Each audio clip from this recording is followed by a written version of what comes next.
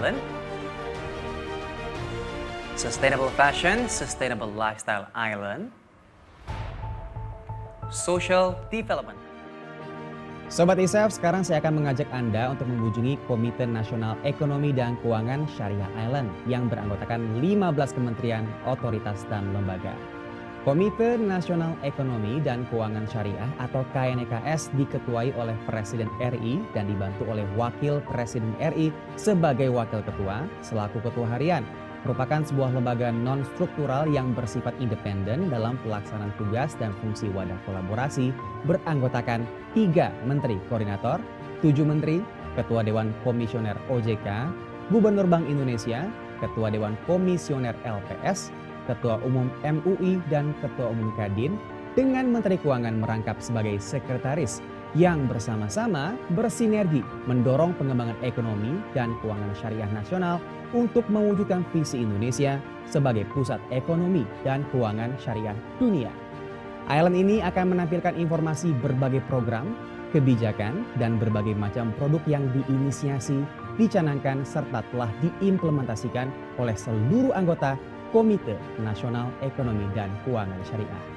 Setelah puas melihat Island, sekarang saya mau ajak Anda untuk menikmati Fashion Show.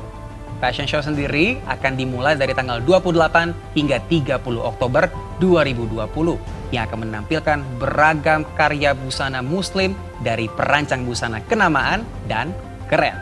Untuk berpartisipasi dalam kegiatan internasional dan domestik webinar sesuai dengan minat Anda hanya tinggal klik button International and Domestic Webinar. Kegiatan ini sudah berlangsung sejak Agustus 2020. Selain itu, juga ada kegiatan talk show. Kemudian juga ada business coaching, workshop, business matching, dan one-on-one meeting. Jangan takut ketinggalan karena Anda bisa kembali menyaksikan semua rangkaian acara kami di platform ISEF 2020 ini. Di exhibition hall ini, Anda bisa menemukan beragam jenis produk unggulan yang tersebar di 10 island yang berbeda, mulai dari Healthy and Organic Food Island, Sustainable Fashion Island, Islamic Boarding School Island, ada juga Islamic Commercial Finance Island, Islamic Social Finance Island, ada juga Coffee and Tea Island, kemudian Agriculture, Herbs and Spices Island, Muslim Friendly Tourism Island, dan juga ada Ethnic, Craft and Cosmetics Island. Temukan juga beragam jenis produk lainnya di Other Sectors Island. Sekarang kita coba masuk ke salah satu island. Kita masuk ke Healthy and Organic Food Island. Di sini sudah ada contoh beberapa display makanannya. Bisa kita lihat ada rendang dan gudeg dan juga abon serta dendeng. Kalau misalnya Anda berminat melihat gudeg dan rendang, tinggal klik. Nah, di sini bisa langsung melihat berbagai informasinya termasuk link untuk ke e-commerce-nya langsung. Jadi bisa langsung berbelanja. Masya Allah. Jangan lupa di ISEF 2020 juga terdapat berbagai hadiah menarik termasuk e-voucher dan juga souvenir untuk Anda. Meski sudah puas berbelanja di Exhibition Hall, jangan lupa bahwa di tanggal 28 Oktober 2020 nanti akan dilaksanakan opening ceremony. Anda tinggal klik button opening ceremony dan hadir di tanggal tersebut yang insya Allah juga akan dibuka secara resmi oleh Presiden Republik Indonesia. Wah, tidak terasa Sobat ISEF, kita sudah sampai ke penghujung dari virtual platform tour. Tapi ingat, ini baru sebagian. Bahwa pandemi COVID-19 yang melanda Indonesia dan dunia bukanlah akhir segalanya. Justru ini munculkan peluang baru, lahirkan karya dan inovasi. Menyatukan jarak dalam dunia maya bukan lagi hal yang tidak mungkin. Virtual tidak lagi hanya dirasakan di film saja. Tapi kini, di hadapan Anda, virtual terasa nyata. Salam sehat untuk Sobat ISEF semua. Sekarang kita kembali ke acara.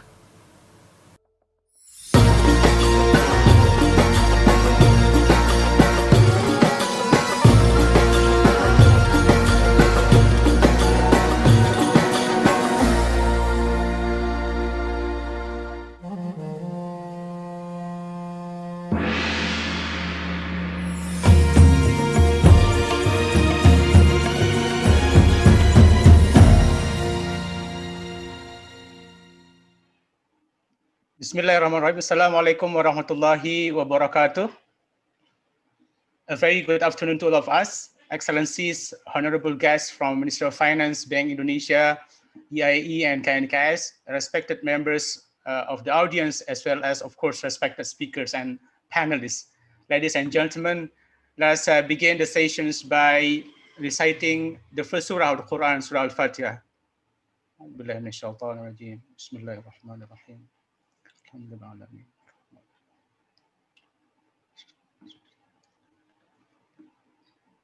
Amin, amin, ya Rabbal Alamin. Welcome to this international seminar, or webinar rather, the role of Islamic Investment Bank in promoting infrastructure and countries' development, lesson learned from OIC member countries. This event is jointly organized by Bank Indonesia, Indonesian Association of Islamic Economists, or EIE, National Committee for Islamic Economy and Finance, or KNKS, as well as PT Sarana Multi Infrastruktur, a special mission vehicle company under Ministry of Finance. We are, of course, fortunate to have a strong lineup of experts, experienced investment bankers, as well as regulators with us today. Welcome again to this webinar. We are, of course, also delighted to have all members of the audience, respected practitioners, as well as members of the academia, as well as I'll also see some students representative as well. Welcome to this webinar. I hope you'll enjoy the seminar until the end, inshallah. We have, of course, the main event, as well as we have some quiz later for the best questions, as well as some quiz, a couple of quiz, because the organizers have prepared some giveaways, inshallah. Ladies and gentlemen, brothers and sisters, to begin this webinar, I would like to invite Bapak Taufik Hidayat, Bapak Dr. Taufik Hidayat. He is the Director of Islamic Financial Services of KNKS to deliver an opening remarks. Bapak Taufik is an experienced finance professional, especially in institutional investor context. Prior to joining KNKS, he was Investment Director for the state-owned pension fund, PT Taspen Persero, as well as Commissioner for Badan Amil Zakat Nasional or Basnas. He is also an academia and actively writing in newspapers as well as journals, articles, of course. And we are indeed fortunate to have Bapak Dr. Taufik with us today. Bapak Taufik, the floor is yours for the welcoming remarks.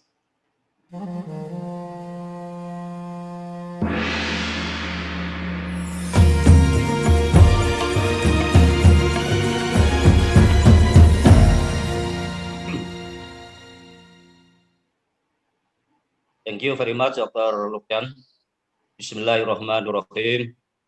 The Honorable Dr. Luki Afirman, Director General of Budget Financing and Risk Management, Ministry of Finance, Republik Indonesia. Distinguished speakers, Mrs. Sylvie Degani, Director of PT SMI, Mrs. Dwi Irianti Hadindia, Director of Islamic Financing, Ministry of Finance, Republik Indonesia, Mr. Muhammad Safri Salul Hamid, Senior Managing Director of IMB Islamic Bank Berhad, Dr. Muhammad Bilal, Research Economist, General Counsel of Islamic Bank and Financial Institution, Sibafi, Bahrain, and Dr. Ahmed Omar Fahad, Head of Sharia Compliance, Sharia Investment Bank, Bahrain, and Dr. Lukian Tamani, Deputy Director of KNKS.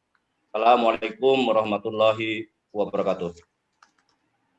I hope that we are always in sound, safe, and in healthy condition. Alhamdulillahirabbil alamin. May peace and blessing of Allah Subhanahu wa Ta'ala be upon all of us, who has also allowed us to meet virtually in this hopefully insightful international webinar as part of the 7th Indonesia Sharia Economy Festival on the role of Islamic Investment Bank in promoting infrastructure and countries' development. Lesson learned from the OIC member countries. Salawat and salam always be delivered to our the beloved Prophet Muhammad SAW, who has brought the light of Islam to all of humanity and guide us from darkness of ignorance to the light of knowledge and wisdom. Ladies and gentlemen, Islamic Investment Bank has a vital role in the Islamic economic ecosystem, especially in supporting the Islamic financial industry sector within the country. Islamic investment banks function as an intermediary role between investors, corporations, and government, as well as provide essential services, including structuring large-scale and complex financial transactions, financial and investment advisory, underwriting and IPOs, managing funds, and also private placement which comply with Sharia principles. The presence of such an institution is pivotal to strengthen the Islamic economic ecosystem and contribute further to countries' development and providing long-term Sharia compliant financing activity facilities. Ladies and gentlemen, there are a number of Islamic investment banks that have been established and operate in OIC member countries. They are providing services to various corporations as well as government agencies. However, Indonesia has not established an Islamic investment bank in its full capacity as project financier, arranger, or deal maker in mergers, acquisitions, and other corporate financing activities. The absence of this type of institution leads to a structural gap that may hamper the development of Islamic finance in the country as well as the contribution of Islamic finance towards national development. These conditions are reflected in several indicators.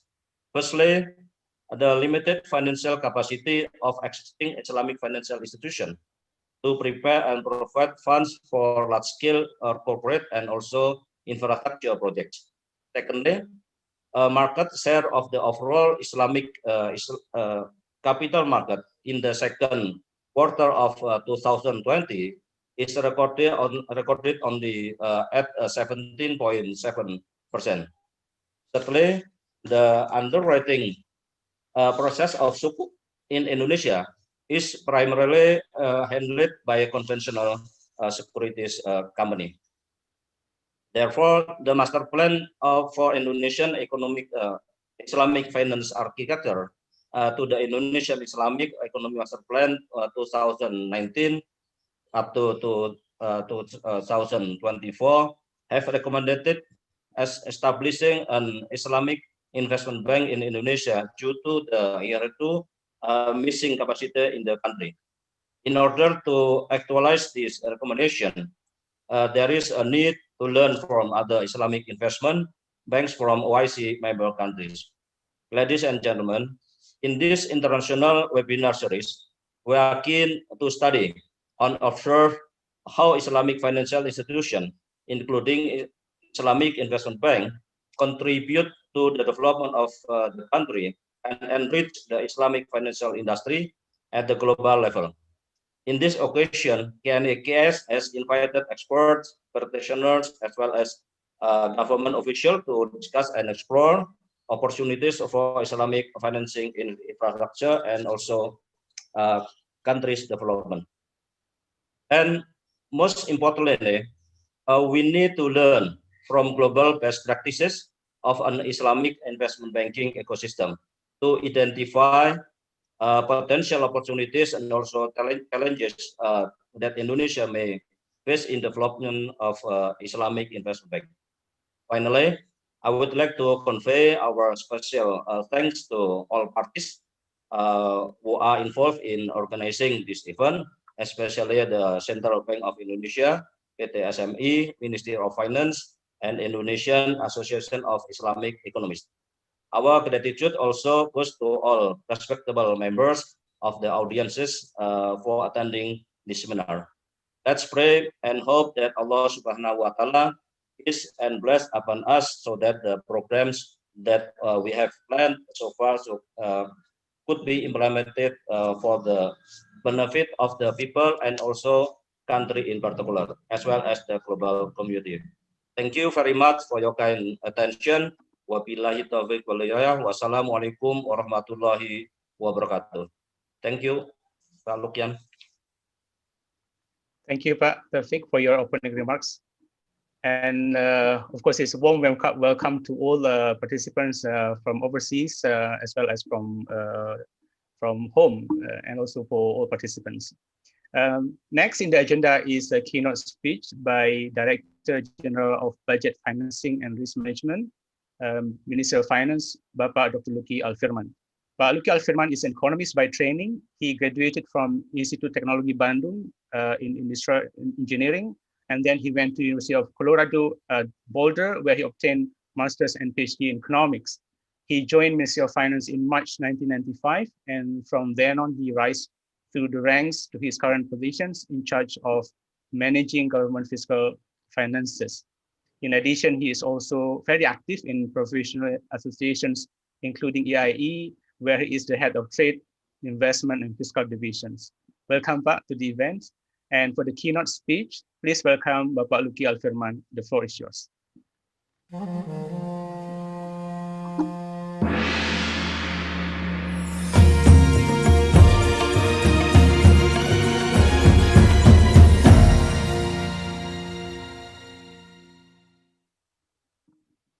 Thank you, Pak Lukman. Bismillahirrahmanirrahim. Distinguished speakers, participants, ladies and gentlemen, Assalamualaikum warahmatullahi wabarakatuh. May Allah bless us all with good health and prosperity. Very good afternoon as well as very good morning.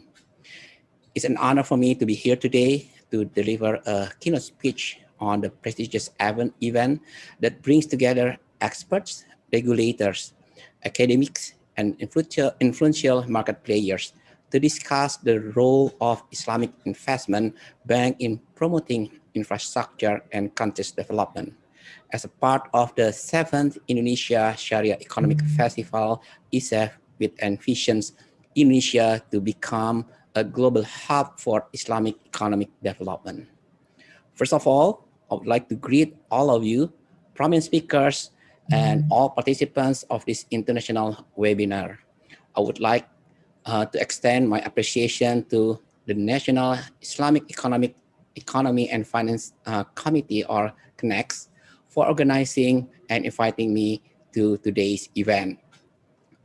Distinguished ladies and gentlemen, according to the latest Pricewaterhouse publication in June 2020 regarding the global infrastructure trend, the infrastructure sector sits at a collision point of global disruptions, including shifts in capital availability, evolving social and environmental priorities, and rapid urbanization.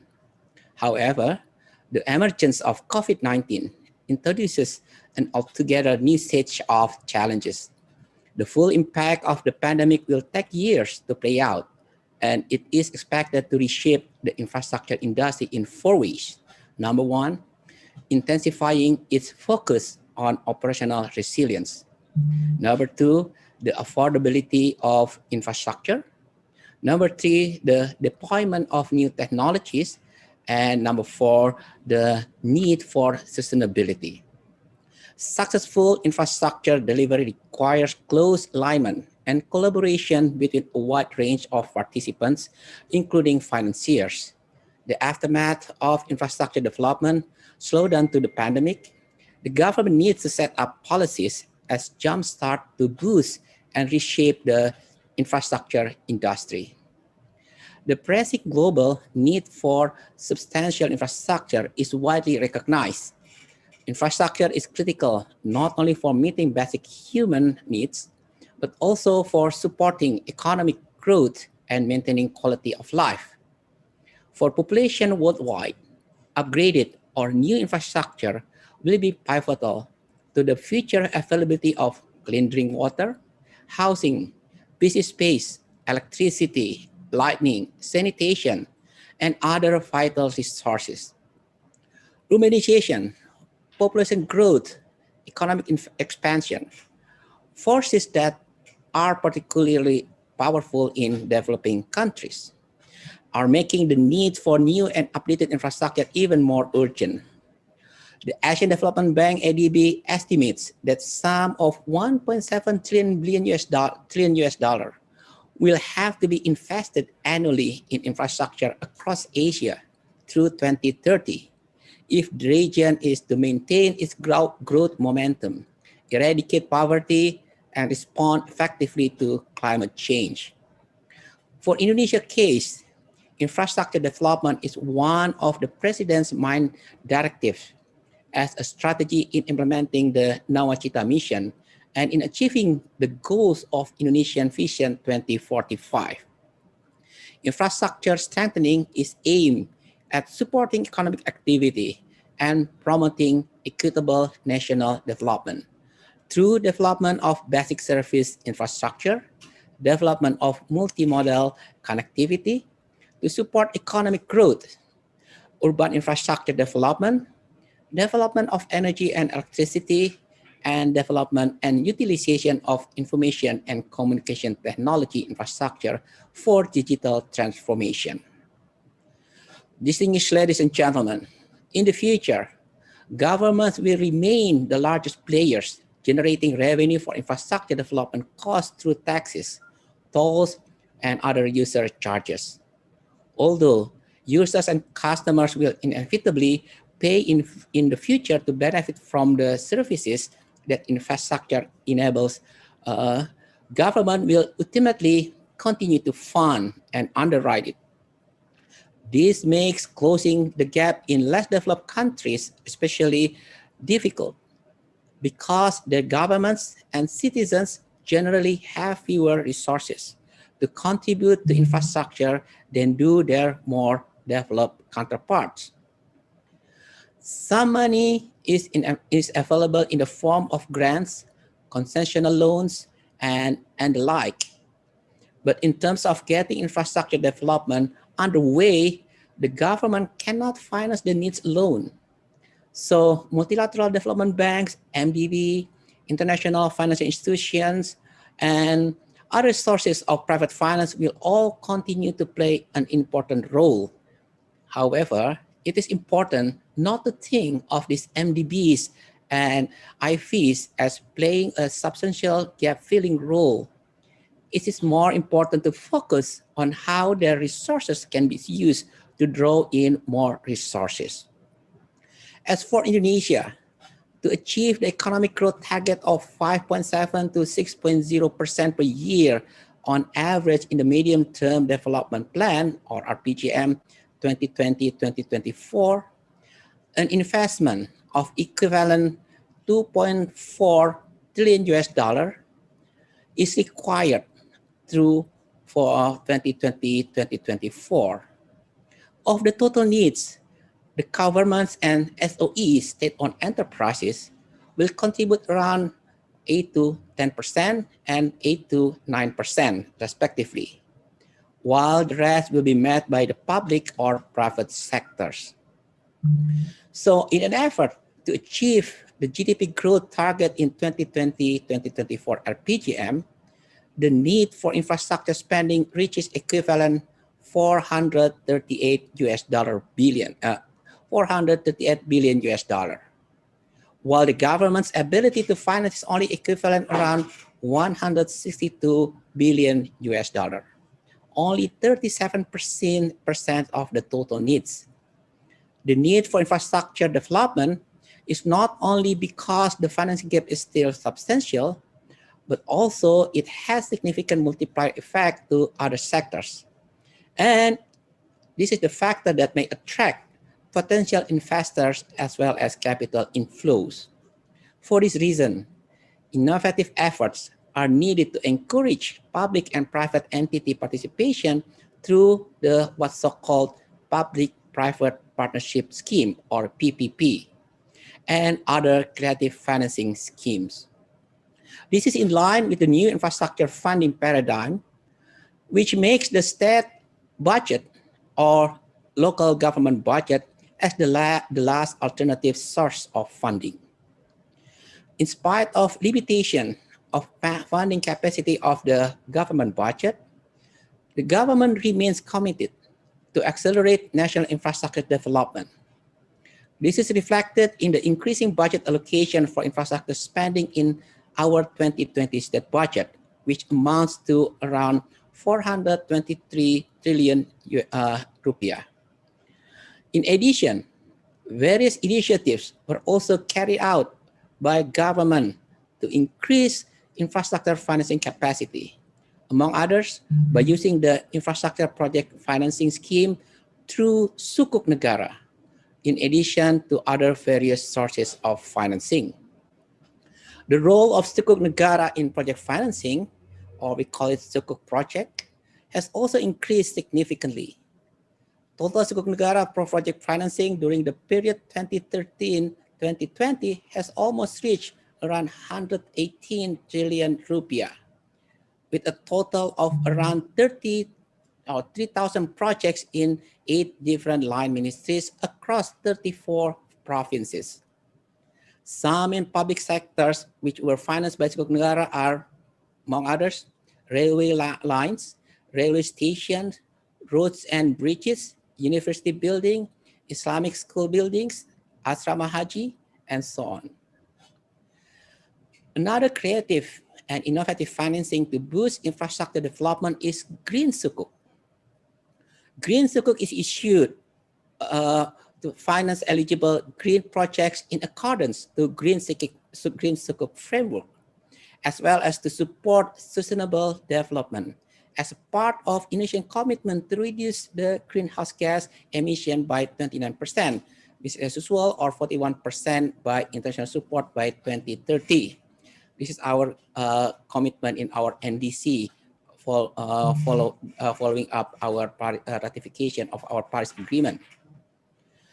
Distinguished ladies and gentlemen, the global economy is challenged with VUCA, vulnerability, uncertainty, complexity, and ambiguity. The international community are in need of more structured initiative to secure their objective in delivering robust and sustainable economic development.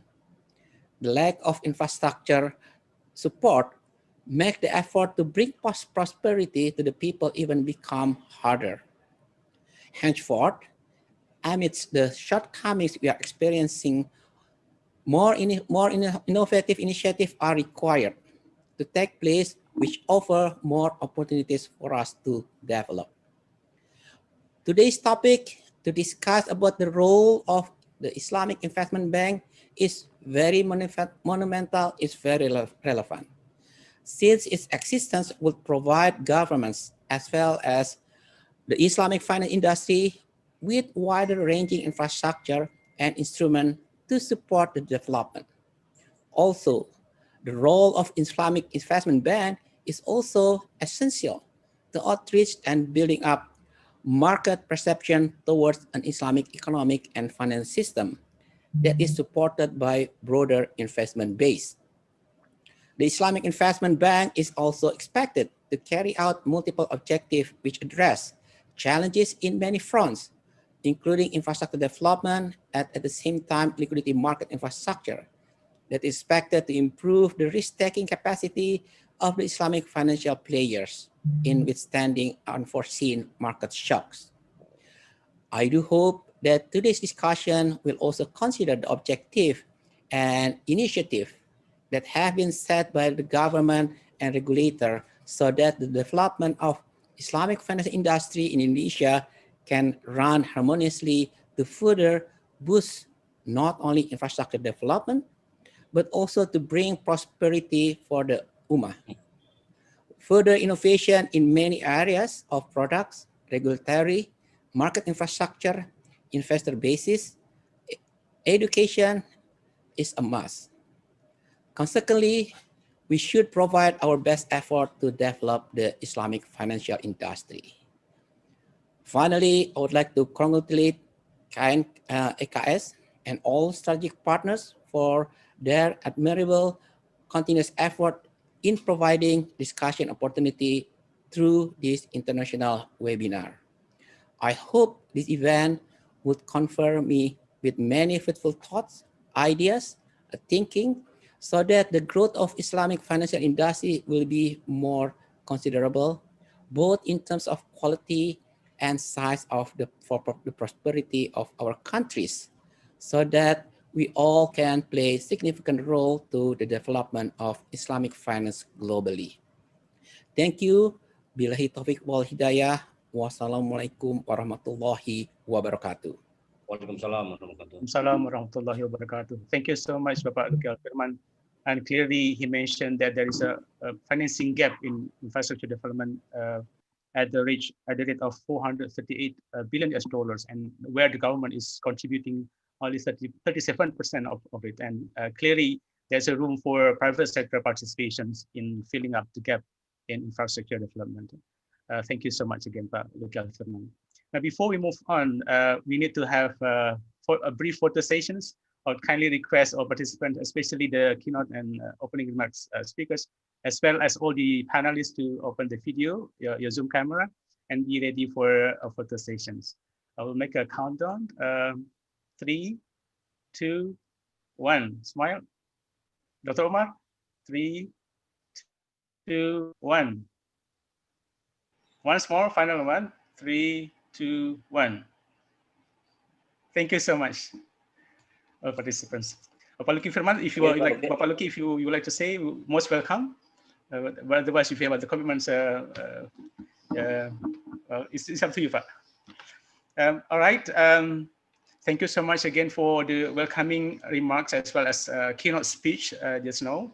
Before we proceed, let me just remind again all participants the questions. If you have any questions or comment later, please do types in the chat box that is the Zoom facilities, and then I will read out later during the Q&A sessions. Now, to begin the webinars, and of course, I would like to welcome all the members of the panel today. I would like to perhaps put the context a little bit in addition to what Pak Luki Al-Firman has just mentioned earlier.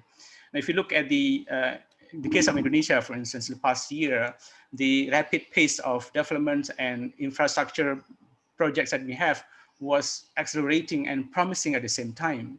We were very optimistic that our investment in infrastructure, especially in our country and otherwise the countries, I believe, is an important ingredient for our sustainable growth and progress.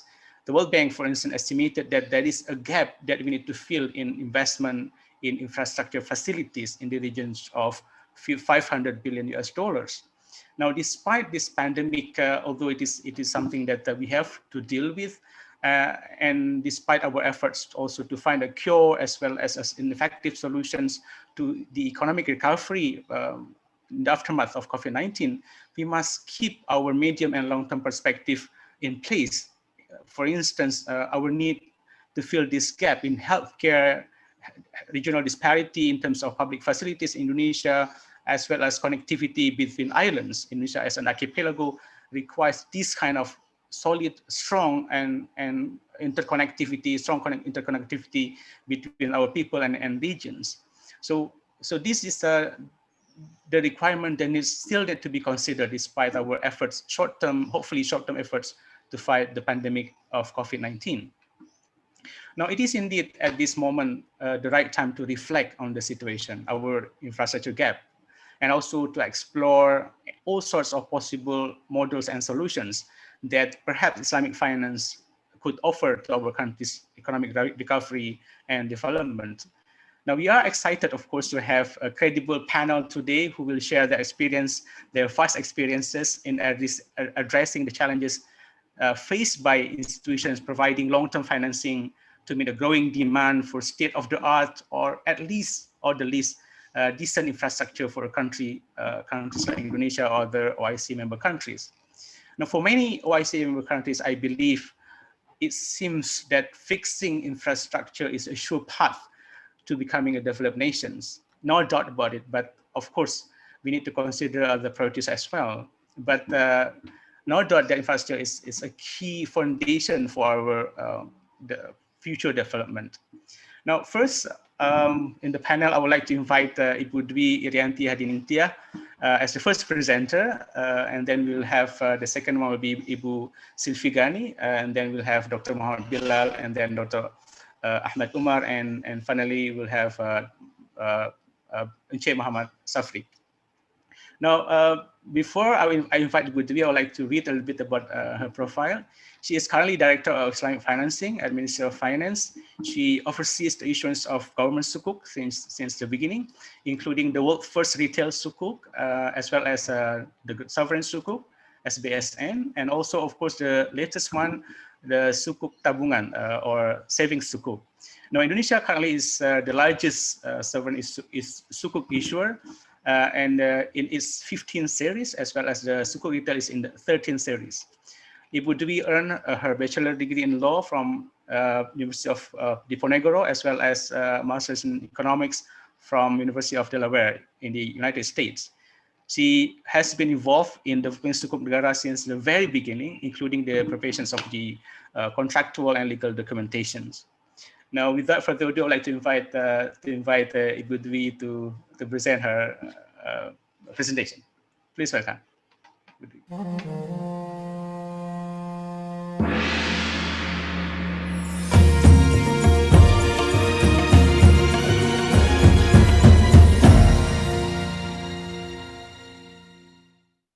Okay, thank you, Pak Lukman, for giving me a chance to share about our experience in developing sukuk negara and its contribution to support national development financing. Bismillahirrahmanirrahim. Assalamualaikum warahmatullahi wabarakatuh. Alhamdulillah, with the blessing from Allah, hope we are all well and healthy. Thank you and high appreciation to the committee, of course, for giving me this great opportunity to share a success story of sukuk negara, especially in supporting national development financings. It's an honor for me to be here among all distinguished speakers and participants in the excellent event. Maybe my colleagues will help me to share the presentation. The committee will do. We'll just say next. They will move the slide for you. Okay. Please next. Yeah, I would like to start with show you the data about infrastructure financing needs in 2020 to 2024. Infrastructure development certainly requires a lot of funds. Based on National Development Planning Agency estimation data, it is estimated that an investment of 445 trillion IDR for infrastructure needs in the next 5 years. As we know, the government has a limited state budget, and I think from the capacity to support those financing needs is around 37%. And of course, so it requires other sources of financings, and we expect it to come from SOEs around 21% and the private sector about 42%. Next, please. And now we would like to see how the sukuk negara or sovereign sukuk that issued by the government play the key role in supporting Sharia economy and financial development in Indonesia as well as in global market. Within 12 years, several sukuk negara innovation have been made, and more than 1 decade, we successfully issued more than 1,500 trillion IDR, equivalent to 100 trillion IDR. 100 billion IDR with outstanding of more than 900 trillion IDR. In issuing sukuk, we use 3 methods, which are book building, private placement, and auction. Our domestic investor here consists of financial institutions and individual investor, including foreign investor, but foreign investor in domestic market only contribute about 5% for now. And while global investor consists of 1/3 comes from US and Europe, and 1/3 come from Middle East investor, and about 1/3 comes from Asia, including Indonesia.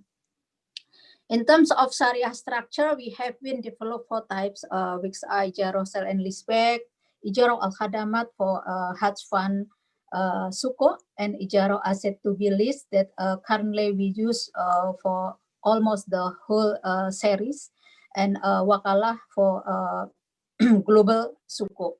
Next, please. Several suko negara innovation have been made within 12 years. First, we can say that Pak Luki already mentions about project financing suko, or we call suko project, was introduced firstly in 2013. Within 7 years, many infrastructure projects have been financed through this kind of suko. And Pak Luki already mentions about what kind of infrastructure that already support through this suko, such as road, bridge, university building, laboratorium, and so on. And the total budget already allocate about 180 trillion IDR, or equivalent to $8 billion. And the project was spread out along 34 provinces. And to make more effective and efficient monitoring and evaluating the projects, we already developed and implemented MONEF by online system. And the next innovations, we already implemented online retail suko since 2018. And this is considered, we promote this platform 2 years before this pandemic. So it helped us to do issuance in this year during pandemic. And this is online retail government securities or suko online investment in online platform, which provides easy access for retail investor to be able to order online platform 24/7. It means 24 hours, 7 days during the offering period. And the government appointed bank, securities company, and fintech company as distribution partner for suko retail issuance. For the next innovations, we already have a green suko, and this is considered as the first sovereign green suko in the world. We already issued 3 times in 2018, 2019, and 2020. And this is a good experience for us. Why we issue green suko rather than conventional ones? Because green suko format and for green format and suko format has a very similar platform, because for green format needs project to be financed, and for suko format needs project to be utilized as underlying. So even though we have 2 kind of instrument in the global market, but we prefer to issue green suko rather than conventional one. And the response from investor about our green suko is very good. About 29% we got a new green investor for 2018 and 2019, and alhamdulillah in 2020 we just issue in June last June, we got increase in terms of a number of green investor is about 34%. And the recent innovations, it is cash wakafling suko, and actually Indonesia already launched these types of suko last 2 years in 2018, when what we call IMF and World Bank annual meeting in Bali. Next, please. This is Suko retail that already mentioned by Pak Lukman, I guess. Suko retail, we have a purpose to issue retail Suko, not only for budget financing, but we aim to encourage society transformations from saving-oriented to investment-oriented society. And then we start issue in 2009, and 7 years later, as I mentioned before, that we already introduced online platform, and this is a very success because we can tap new kind of investor, which is millennial investor, because it's very easy to order through online platform, just as easier as you order online ticket, or maybe to order food by GoFood. So it's very easy. And currently there are 13 retail Suko series already issued, with total investor reach more than 300,000, and 6 saving Suko series with more than 72,000 investors from 34 provinces. Next, please. This is, you can see all the picture, actually, all the projects that we financed through Suko projects. In relation to support the acceleration of infrastructure development starting in 2013, the government has issued Suko Negara especially designed to finance infrastructure project, namely project Suko or Suko project.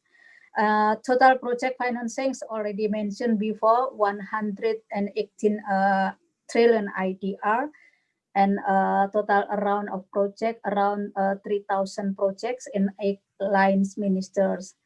And as part of the strategic initiative this year, as a strategic initiative national project, in the 2020 state budget, we will an investment scheme in order to accelerate the provision of national infrastructures.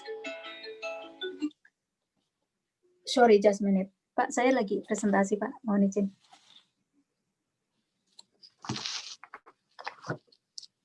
In order to accelerate the province of national infrastructure. So we would like to do more and accelerate Suko project, not only to finance national project, but also to support the projects that held by the local government. Next, please. Ibu, you have 2 more minutes, Ibu. Yes, please. This is the aim of Cash Wakaf Link Suko. I think first for Cash Wakaf Link Suko, we would like to develop and innovate the Islamic social finance and investment in Indonesia. And second, facilitating Wakaf to invest cash Wakaf in safe financial instrument, we call it Suko Negara. And third, supporting the development of the Islamic financial market, especially the cash Wakaf industry. And the fourth, encouraging the socialization of Islamic social funds to finance various social projects and programs. And the fifth, diversify investor and Suko Negara instruments.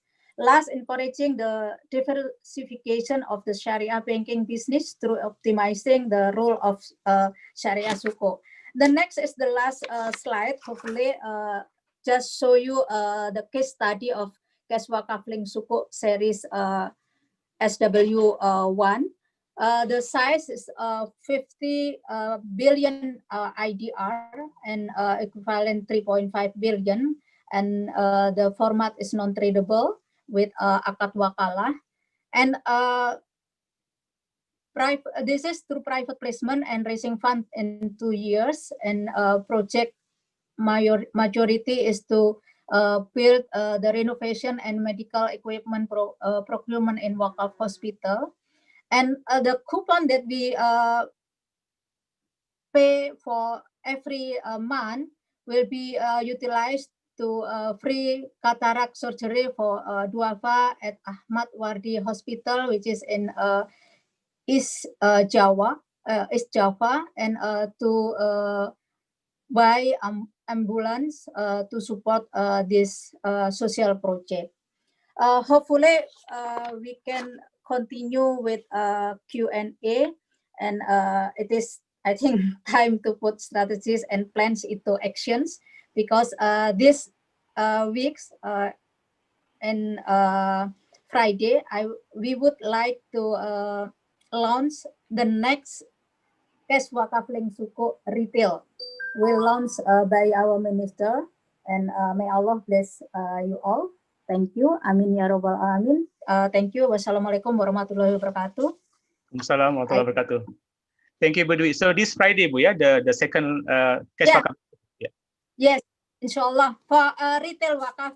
Sorry, retail wakaf. So we look forward to it. Hopefully, all of us here, local or international participants, would be participating in this sukuk, inshallah. Thank you, Bu Dwi. Now, we move to the next speaker. We have Ibu Sylvie Gani, who is currently Director of Financing and Investment at PT SME. She is a seasoned banker with more than 20 years of experience. Prior to PT SME, Ibu Sylvie was Head of Resources and Infrastructure at ANZ Bank. And before that, she was with Shambi Naga as Head of Mining and Energy. Of course, working in energy, apparently she obtained her chemical engineering degree from ITB, Institut Teknologi Bandung, as well as Masters in Banking and Finance from Universitas Indonesia, as well as banking courses from Nanyang Technological University in Singapore. Thank you, Bu Sylvie, for participating, of course, and we welcome Bu Sylvie to the Zoom stage.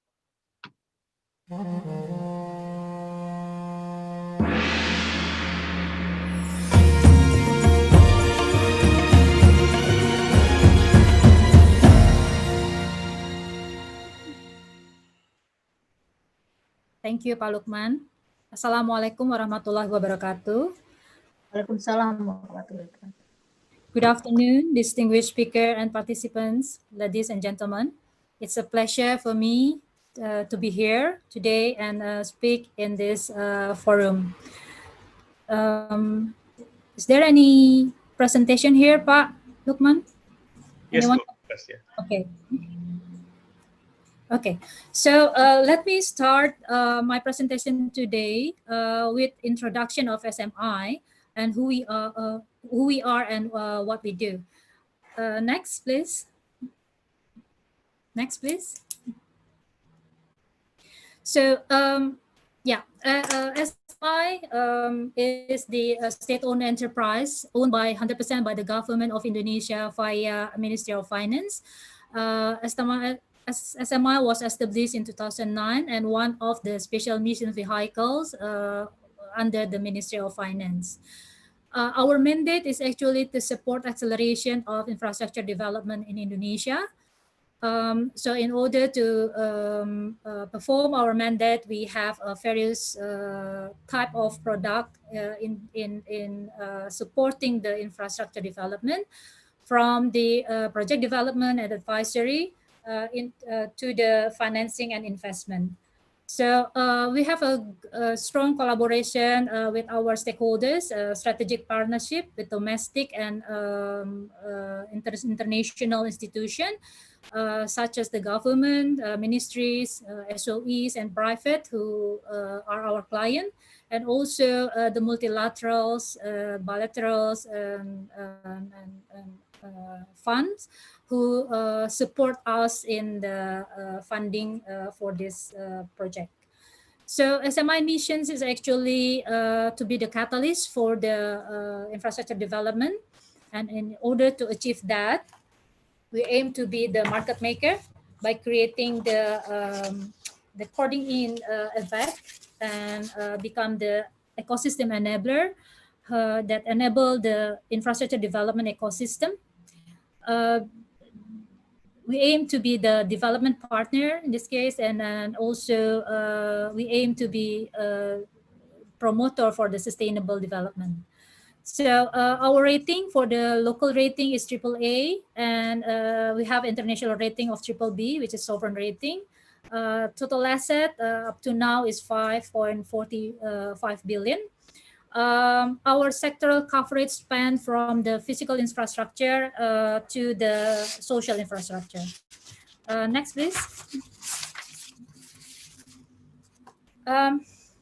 So we have three pillars, we usually call it, or a line of business, which actually offers or providing service from end to end, from the project development, project preparation, into the project is ready to be financed, and the last is the financing. So I start with the project development. We help the company or client in the project preparation. So we have been involved in numbers of PPP project development, and also providing capacity building, not only to the private, also to the local government. We also provide advisory services in order to help the company or client to structure the project, so it can be the bankable project. And the last end is actually in financing the project itself. So we not only our product in financing is actually span from the senior loan also to the equity. So we were able to also to invest in equity for infrastructure project. In terms of sector, we provide the public sector financing. We support and provide loan to the local government under pinjaman pemerintah daerah. We have the sustainable financing, which which is for this we established the platform under the SDG Sustainable Development Goals, which is actually supporting the government to achieve the SDG. And we also have the Sharia financing. Sharia financing in SMI is still relatively new. We launched the Sharia financing just in 2017. So next, please.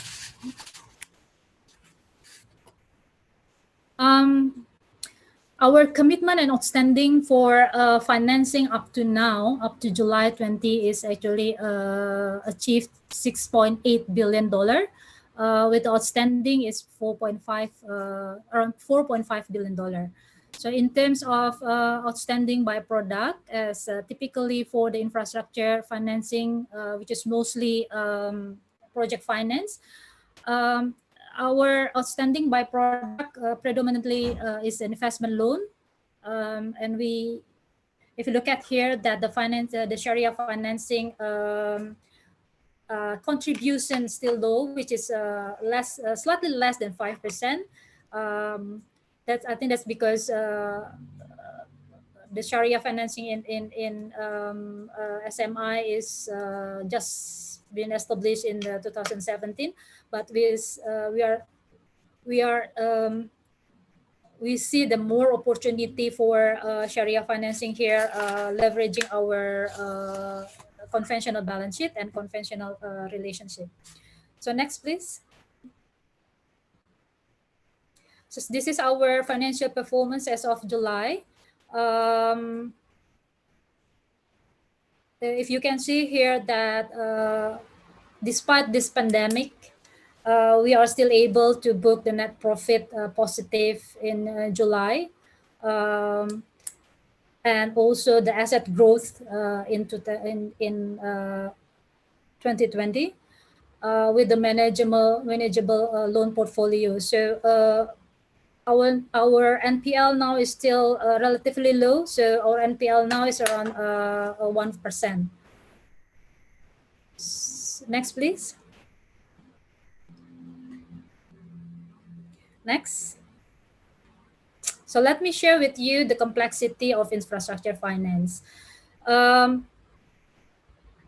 The infrastructure financing is unique and complex. Typically for the project finance, it involves many stakeholders from the public authority, market, investors, lenders, EPC contractors, and also O&M. If you look at the risk profile of the infrastructure project, during the project life cycle, so the construction period of the infrastructure project usually take about 3 to 5 years to be completed. And during those years, the project itself will not generate any revenue or cash flow. So even after the completion, the project still needs sometimes about 2-3 years to ramp up to achieve a stable revenue or stable cash flow. So if you look at this risk profile, is quite high actually for the infrastructure. So considering this and given the challenge that the complexity of infrastructure financing, in order to attract the investors, Ministry of Finance actually provide ample of fiscal support mechanism. If you look at on this slide, this is actually for the PPP project, whereby the Ministry of Finance provide the, during the bidding stage, the Ministry of Finance provide the viability gap fund, and also infrastructure guarantee to cover the political risk or policy risk. And in the financing of the construction, Ministry of Finance has SMI, which is SMI also has the subsidiary IIF, which is the specialized in infrastructure finance. And during the operation, there is a fiscal support provided by the Ministry of Finance under the availability payment, which cover the demand or market risk. So to make this project is attractive for the investors. Next, please. So the challenge here for infrastructure projects is actually to ensure a steady and sizable bankable project.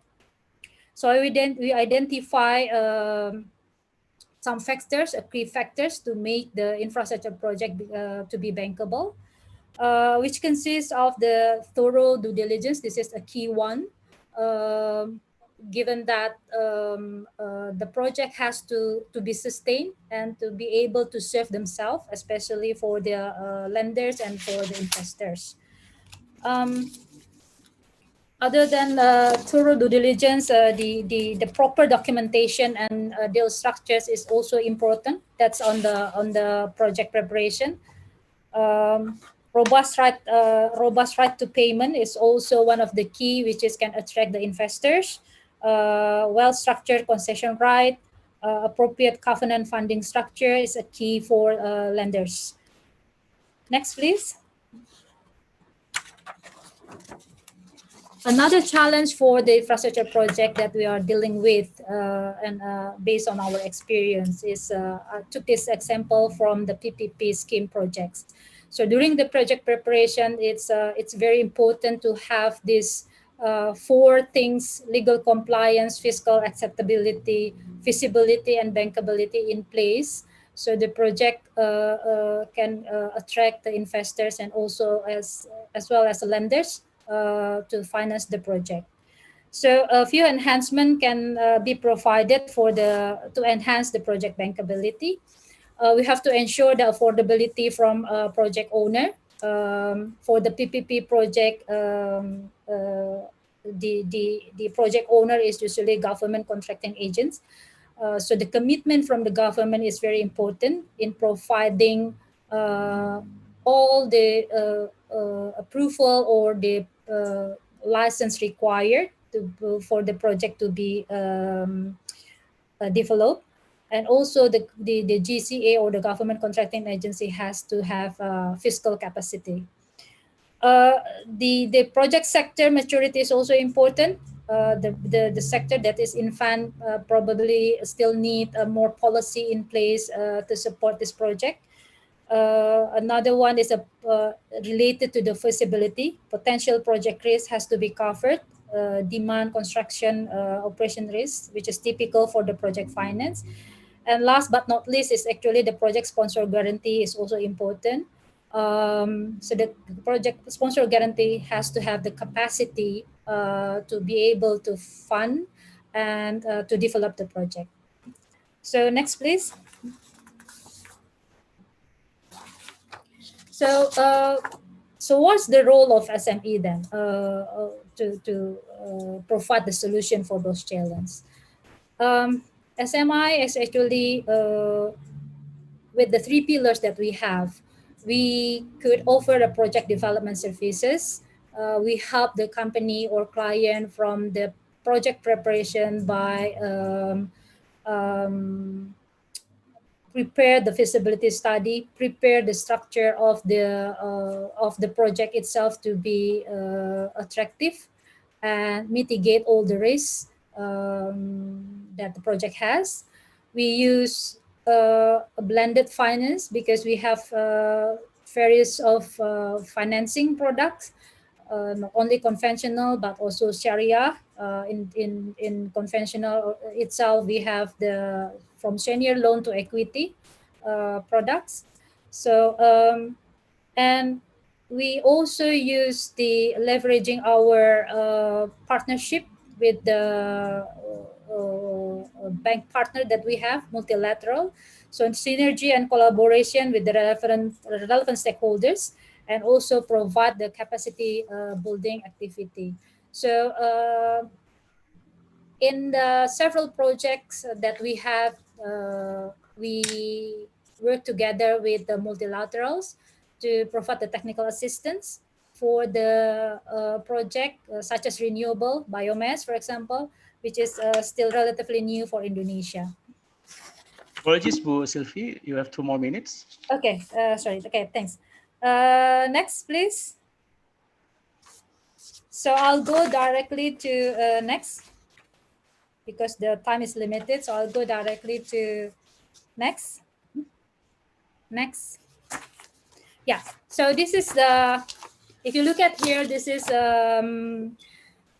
it has been mentioned with the previous speaker that the Indonesia now under the framework of 2020 infrastructure, Indonesian infrastructure framework 2020 and 2024 needs about 6,400 trillion rupiah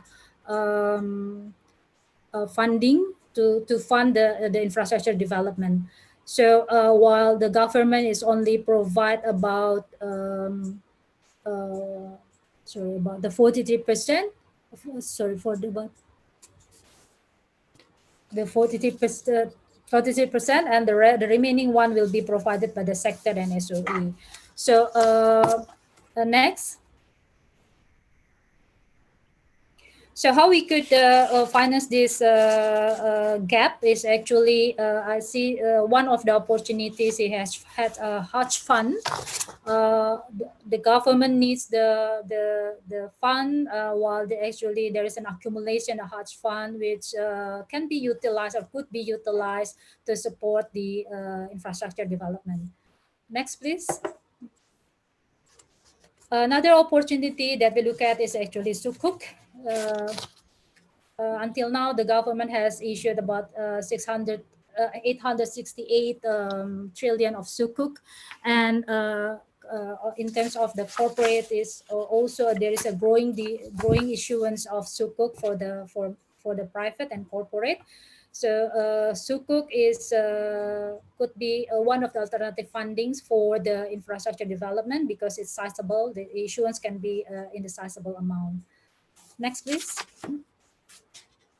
And this is my last it's going to be my last presentation today. It's a contribution of Islamic Bank. If you look at here, so put aside on the numbers of July 2020 because this pandemic years. So if you look at from the 2016 until 2019, the growth of Islamic banks is actually exceeding the growth of conventional bank.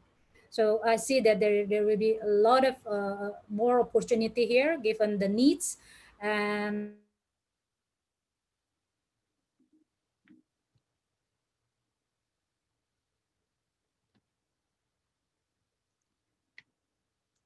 Okay, thank you, Bu Sylvie, for your insightful presentation. I think we now have learned quite a bit about Indonesia's experience, both from the government sector, where Ibu Dwi has highlighted what the government has done in terms of providing financing for infrastructure, as well as the role of private sector, which is, although it is state-owned enterprise, in the forms of PT SMI, Sarana Multi Infrastructure, a dedicated financial institutions created just to support infrastructure development in the country. Now we can move to Bahrain first. Our next stop is Bahrain. We have with us Dr. Muhammad Bilal, who is currently a research economist at the General Council of Islamic Banks and Financial Institutions, or SIBAFI. SIBAFI is actually kind of institutions that where the members are Islamic financial institutions from across the globe. Before moving to Bahrain, Dr. Bilal he spent 9 years in Malaysia or more perhaps, working in the areas of Islamic finance research and consultancy, as well as at the same time completing his master's and PhD in Islamic finance from International Islamic University. For your information, Dr. Bilal, we have 3 IUM graduates here, Dr. Ahmad Umar, as well as also Encik Muhammad Shafri, and myself as well included in that. So without further ado, I welcome Dr. Bilal to deliver to share his experiences.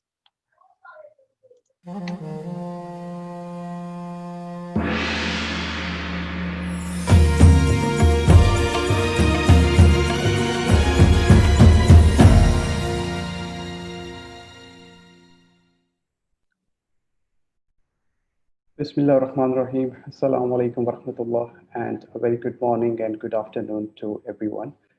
Thank you, Dr. Lukian, for this kind introduction. First of all, I would like to thank the Indonesia National Committee for Islamic Economy and Finance and all other organizers as well for inviting SIBAFI to this international webinar. And it's always good to see my graduates from the same university where I have did my master's and PhD. So it's a pleasure meeting to all of you. Okay, before, next slide, please. Yes. Before I can go to the topic of my presentation, I would like to take this opportunity to introduce my organization, the General Council for Islamic Banks and Financial Institutions. SIBAFI is basically an international not-for-profit organization that represents the global Islamic financial services industry. And our objective is to provide our support to industry through various initiatives and activities. Currently, we have 134 members, mostly Islamic banks from 34 different jurisdictions. And it's important to mention that among these members, we have around like 8 to 10 Islamic investment banks as well. For example, Jihan Bank for Islamic Investment and Finance from Iraq, and Financial Investment Bank from Sudan. Next slide, please. At SIBAFI, we have basically 3 strategic objectives that reflect our strategic direction. The first one is advocacy of Islamic finance values and related policies and regulations. Under this, we are basically providing comments to regulators on their exposure draft of standards, for example, Basel Committee on Banking Supervision, IFSP, IFE. Beside that, SIBAFI is also providing comments to international organizations on their documents that are, of course, relevant to Islamic finance, such as the World Bank or Financial Stability Board, IMF, and B20. And to create awareness, which is, of course, very important for Islamic finance industry, and to share information, SIBAFI is also organizing different events throughout the year. For example, we have global forums, roundtable meetings, and international seminars and knowledge sharing sessions. And as everybody knows, because of this COVID-19 situation, we have shifted all our activities, just like this webinar, online. So under research and innovation, if I can highlight, we are issuing various periodic publications that are mainly based on questionnaire surveys, where we collect primary data from our member banks from different regions. For instance, Global Islamic Bankers Survey, this is our flagship annual publication in which we cover most trending or relevant topics to the Islamic finance industry. And recently we have published our Global Islamic Bankers Survey, which is available on our website.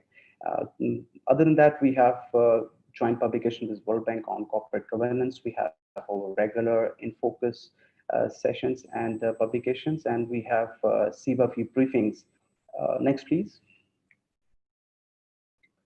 This one, which we can see here on the slide, is one of the examples of CBAFI briefings. And as we can see the title, it is directly relevant to today's topic.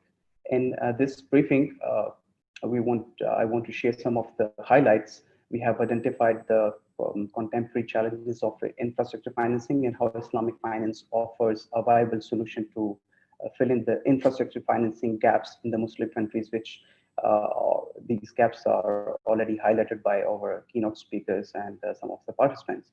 So it has also discussed the policy roles of Islamic finance, financial institutions in infrastructure development, and the complementary, I would say the compatibility of Islamic finance instruments or contracts, as we say in this regard.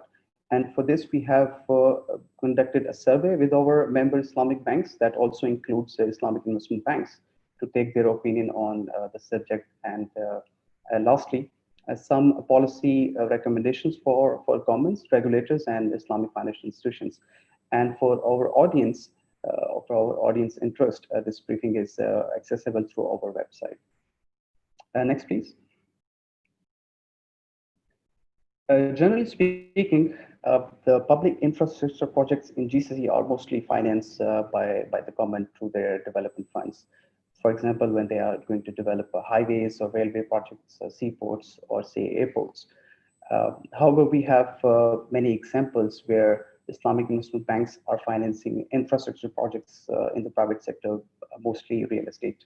For instance, in Bahrain, our capital bank, which is Sharia compliant investment bank here in Bahrain, has financed Bahrain Bay project with an estimated value of $2.5 billion US.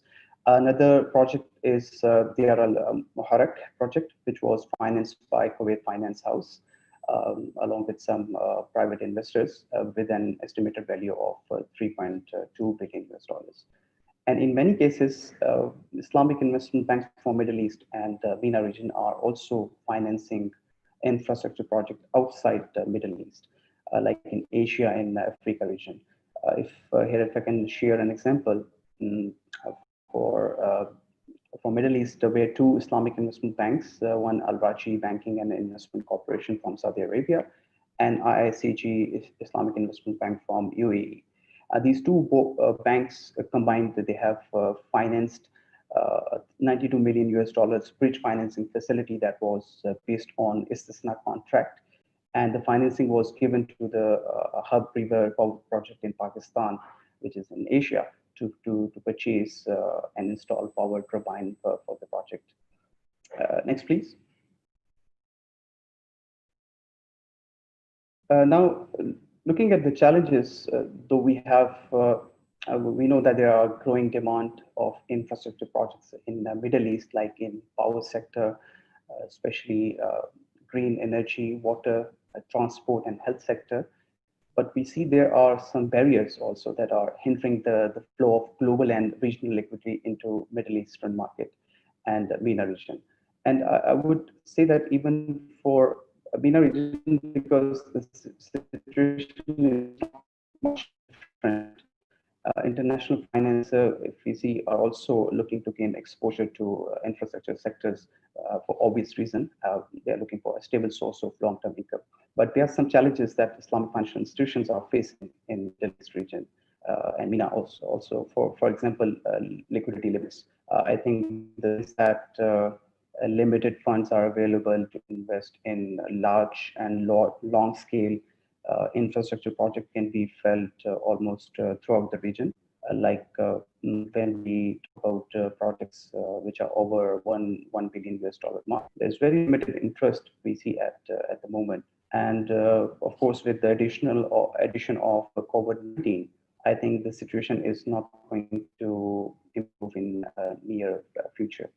But other factors are also at play, like money going into real estate market, which is a very traditional way of investing by investment bank in Middle East and MENA region.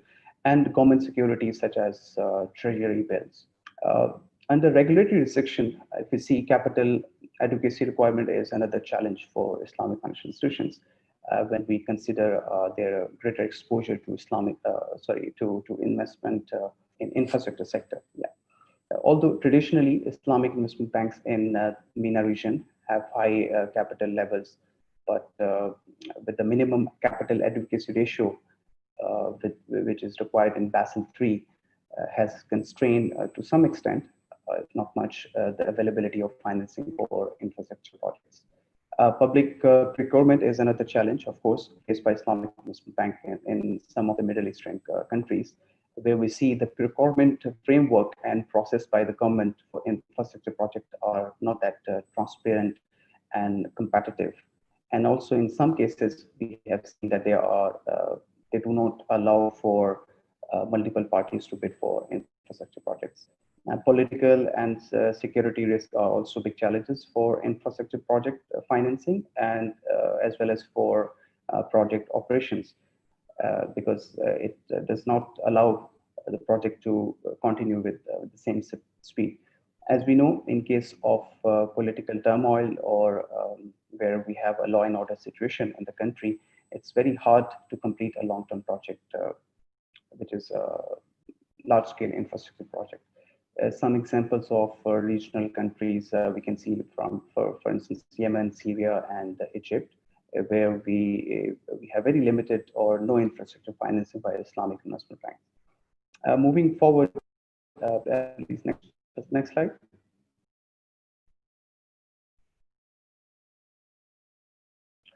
We can discuss that what are the factors that can foster Islamic investment banks' participation in future infrastructure projects. One important factor is strategies and policies by the government. If we see the case studies from developed countries, we can find that development of appropriate strategies and policies by the government can play a very crucial or vital role to promote investment banks to participate in infrastructure projects. National Infrastructure Commission in the UK is one good example, which we can share here, that develop long-term strategies to meet countries' infrastructure needs.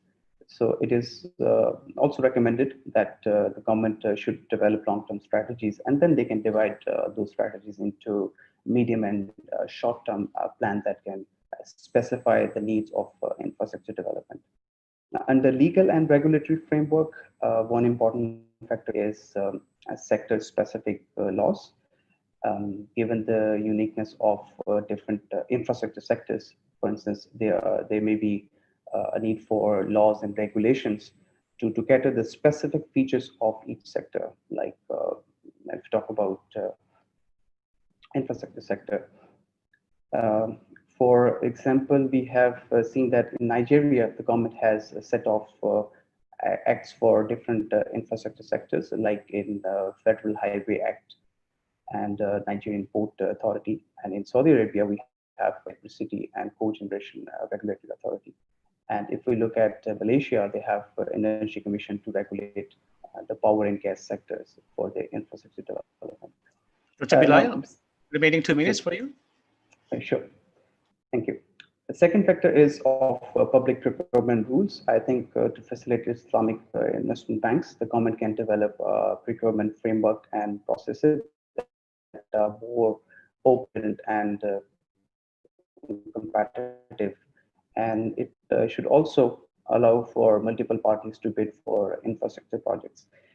Third is a strong PPP framework, which is very important to facilitate investment by Islamic investment banks.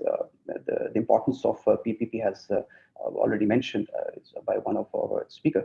So looking at the MENA region, in Saudi Arabia specifically, we have the National Center for Privatization and PPP. Another example is from Nigeria, where the Infrastructure Regulatory Commission has regulations govern PPP projects. The same goes for Indonesia, where they have regulations to see the PPP framework. And lastly, as a supporting service, the government can provide the public financial support to improve viability of infrastructure projects. And the government can also establish institutions that can provide guarantees to Islamic investment banks for infrastructure projects. For example, DNP from Malaysia that provides financial guarantees and insurances for sukuk issuance to Malaysian companies. So this, with the help of the supporting services, we can say that it can assist or help Islamic investment banks to participate in the future infrastructure projects in their countries. Since I'm running out of time, so I think I will end my presentation at this point. And of course, I'm looking forward to other presentations and Q&A session. Thank you for organizers to giving us this opportunity. Thank you. Thank you, Dr. Bilal. And the report is available on the websites, yeah? That's correct, yes. Okay, thank you so much. I think we'll take benefits of the reports that has been prepared by Sibafi and on the overview of Islamic infrastructure financing. Right, now we can move to the next speaker, which is Dr. Ahmed Omar Fahad, who is also based in Bahrain, but working with the Sharia Investment Bank. He is currently the head of Sharia compliance at Sharia, but before that he was based in Malaysia and working as Sharia audit, head of Sharia audit at the Kuwait Finance House in Malaysia. And then he moved to Bahrain for the same bank before moving to Sharia. He obtained his bachelor's degree in law, LLB, as well as MCL, and also PhD from International Islamic University, Ahmad Ibrahim Kuliah of Laws. So he is, of course, Sharia, we could say he's Sharia scholar. And we do need this perspective, Sharia perspective, to understand how Islamic investment banking can operate within Sharia frameworks globally as well as in local context. Now I will invite Dr. Ahmed to deliver his presentation.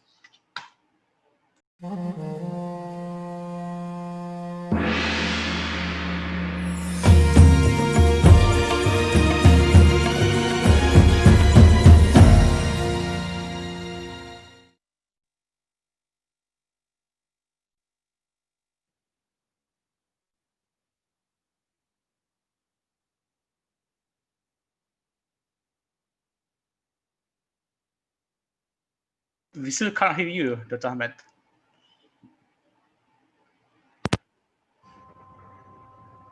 Can you hear me now? Yep, yeah, yes. Okay, maybe this is better. Thank you very much. I really appreciate, and I would like to thank the organizing committee for the invitation, though it came a bit late. Never mind. I'm also happy to meet my university mates, and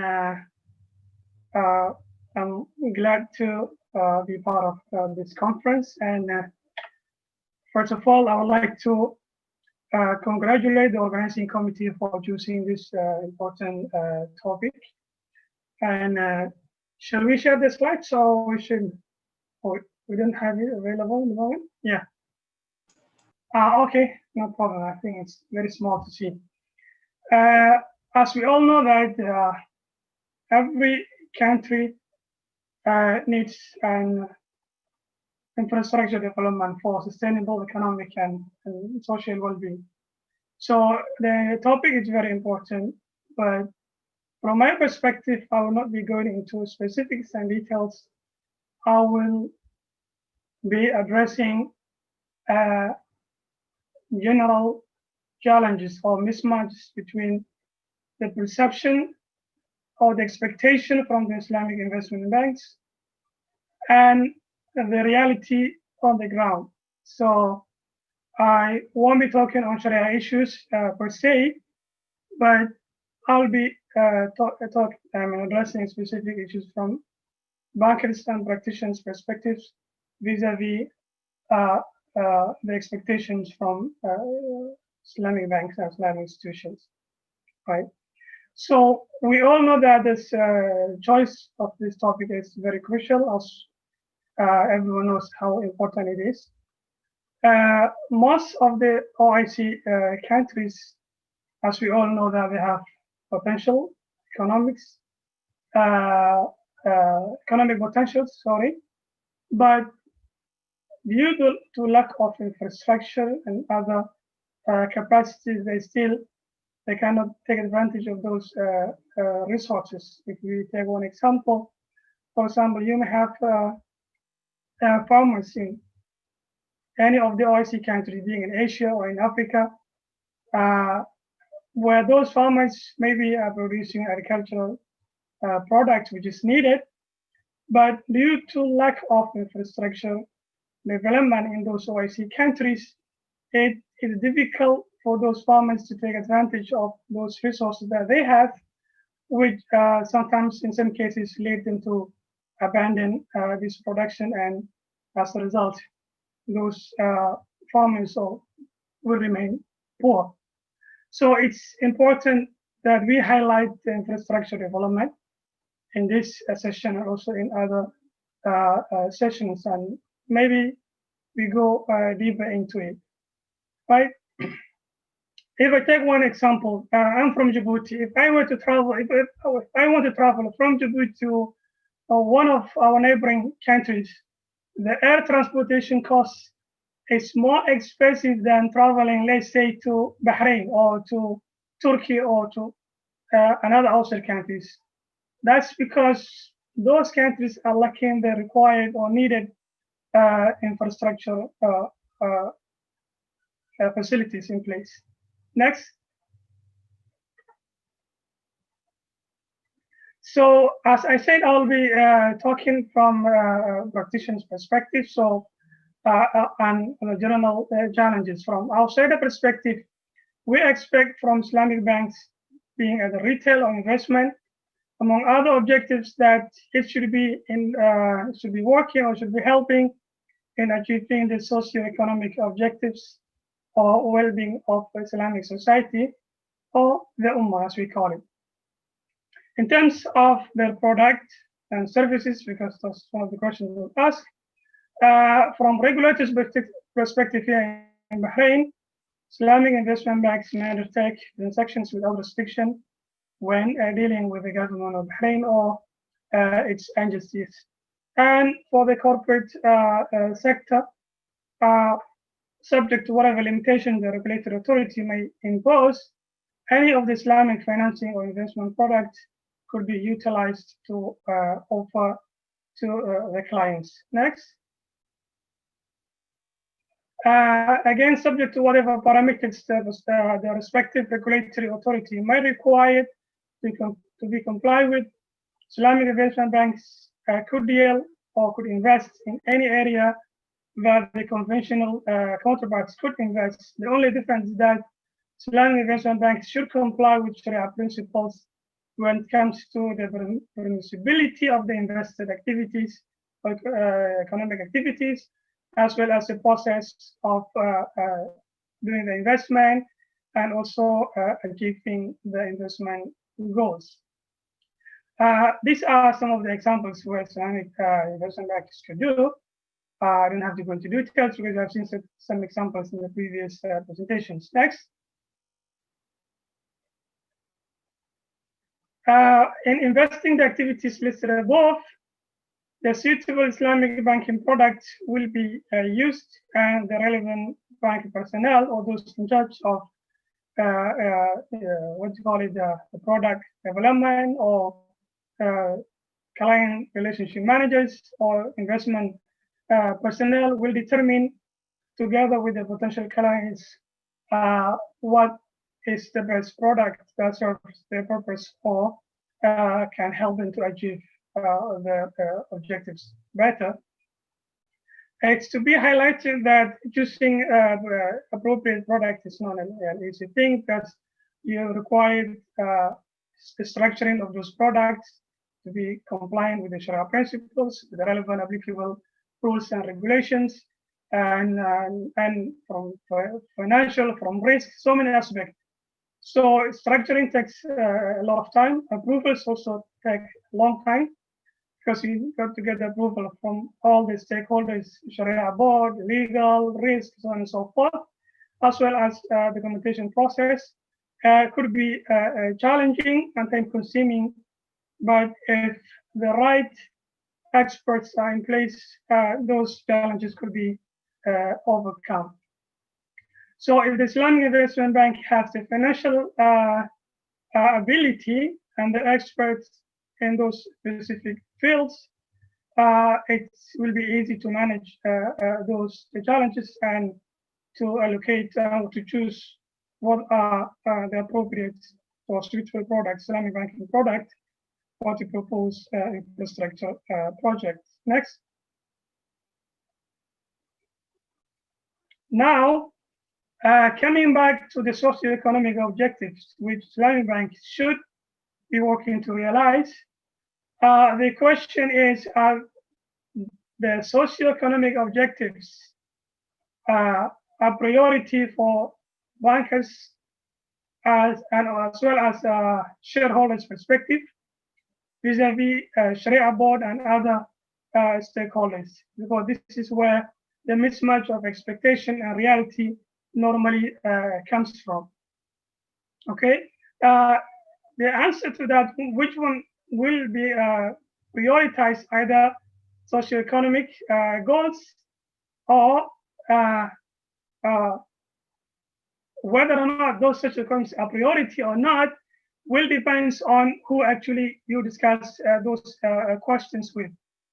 Some of the Sharia boards will insist and will always talk about to prioritize the well-being of socioeconomic activities and to prioritize over private profits and other investment, benefits, right? And sometimes general perception of the society or public sometimes will be in line with some of those expectations, in which they do expect Islamic banks to be solely focusing and working on the socio-economic of the Ummah, okay?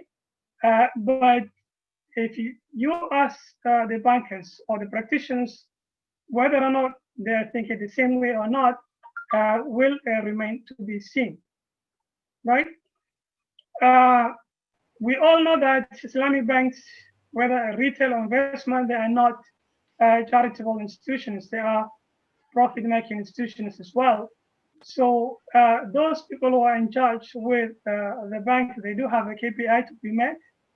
And at the end of at the end of the financial year, they will be assessed based on the performance or financial performance of those institutions. So to them, if you ask them which one you will prioritize, the socio-economic objectives or the profit and economic benefit of the institution, probably they will have another opinion, right? Dr. Fahad, you have 2 minutes. Oh, that's so fast. I was counting. I only have 10 minutes. I have 15 minutes according to my watch. No problem. I'll go very fast. From bankers' perspective, apart from the Sharia compliance, the priorities is also to whether or not to maximize the profit or the benefit. Again, we'll have to go back to the same questions. So they will have to, I think you can read it because time is it's catching me up. The first priority is to preserve and protect the equity and other funds invested with and in those institutions. Next, please. So that's what they expect, right? Keeping in mind with the above primary responsibilities, in reality, should the bankers prioritize investing in investment targets that may have a higher return, but certainly with higher risk, or investment targets with lower return with a lower risk? Next. Now, the next question is which investment, whether or not the investment environment in the OECD countries will provide an economic or investment environment which encourages those bankers to invest in those areas, because that's some of the mismatch. Because in my experience, most of the bankers, they like to invest in the well-developed markets, mainly in the West and some developed OECD members. Next. So if you discuss with them, why are you not prioritizing those communities that need investment in the other OIC countries? They will have an argument saying that, look, there are certain discouraging factors which prevent us from investing in those markets. One of it are because those who are running the institutions are all educated based on the conventional investment education institutions. And then next, so what are those discouraging factors very quickly? Number one, those developed markets, the data that are necessary to make investment decisions are available and accessible, right? Whereas in the rest of OIC countries, those data are not available and they are not accessible. Number two, I think the previous presenter also, Dr. Bilal, has mentioned that stability is always a concern for the decision makers or investment decision makers when they're considering or contemplating investing in those areas. And number three, the legal infrastructure in those underdeveloped countries, mainly in the OIC, are either compromised or they are not satisfactorily sophisticated enough to handle a potential dispute involving major investment or infrastructure investment project. Next, last two slides and I will finish. Number four, corruption is rampant in most of the developing countries, unfortunately. Some of the OIC members are part of it. Number five, accessibility. Okay, and as already mentioned in the first example. And number six, some other economic issues that exist on the ground in those countries. Last slide, please. Way forward, I think it doesn't mean that we have to give up because those challenges are there, but we have to work very hard to overcome those obstacles. And to do that, we need political will from the leaders of the OIC countries, as well as collective action involving the government, the private sector, and also having qualified professionals to run those institutions, because sometimes management are some of the reasons why those institutions sometimes fail, right? So if there are any other questions, I will talk about later. Thank you very much, and I think I'll conclude my presentation. Thank you, Dr.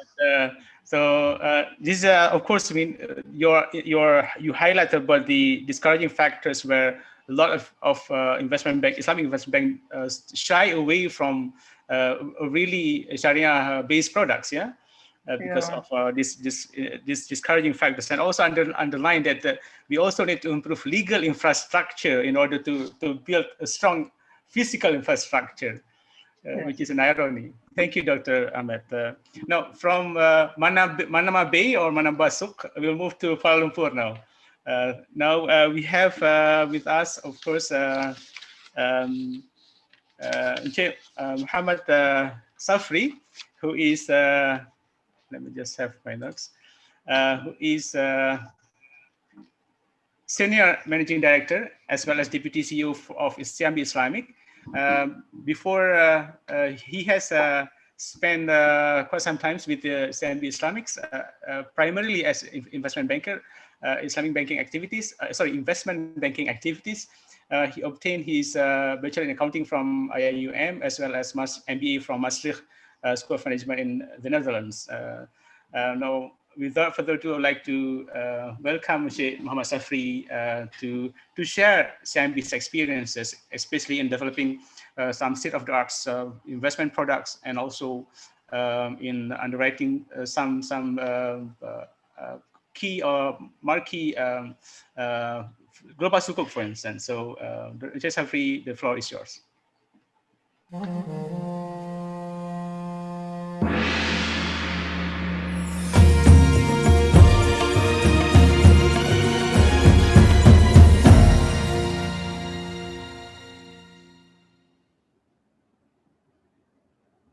Assalamualaikum warahmatullahi wabarakatuh, and a very good afternoon to everyone. Bismillahirrahmanirrahim, Dr. Lukian and the team.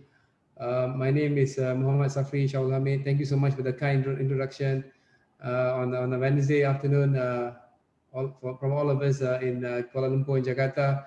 And I'm sure it's still quite close to lunchtime in Manama and some other parts of GCC. So once again, on behalf of CIMB, let me start by expressing my appreciation to the organizer for inviting me and CIMB to be part of this distinguished panel. Obviously, we've heard from the distinguished Dr.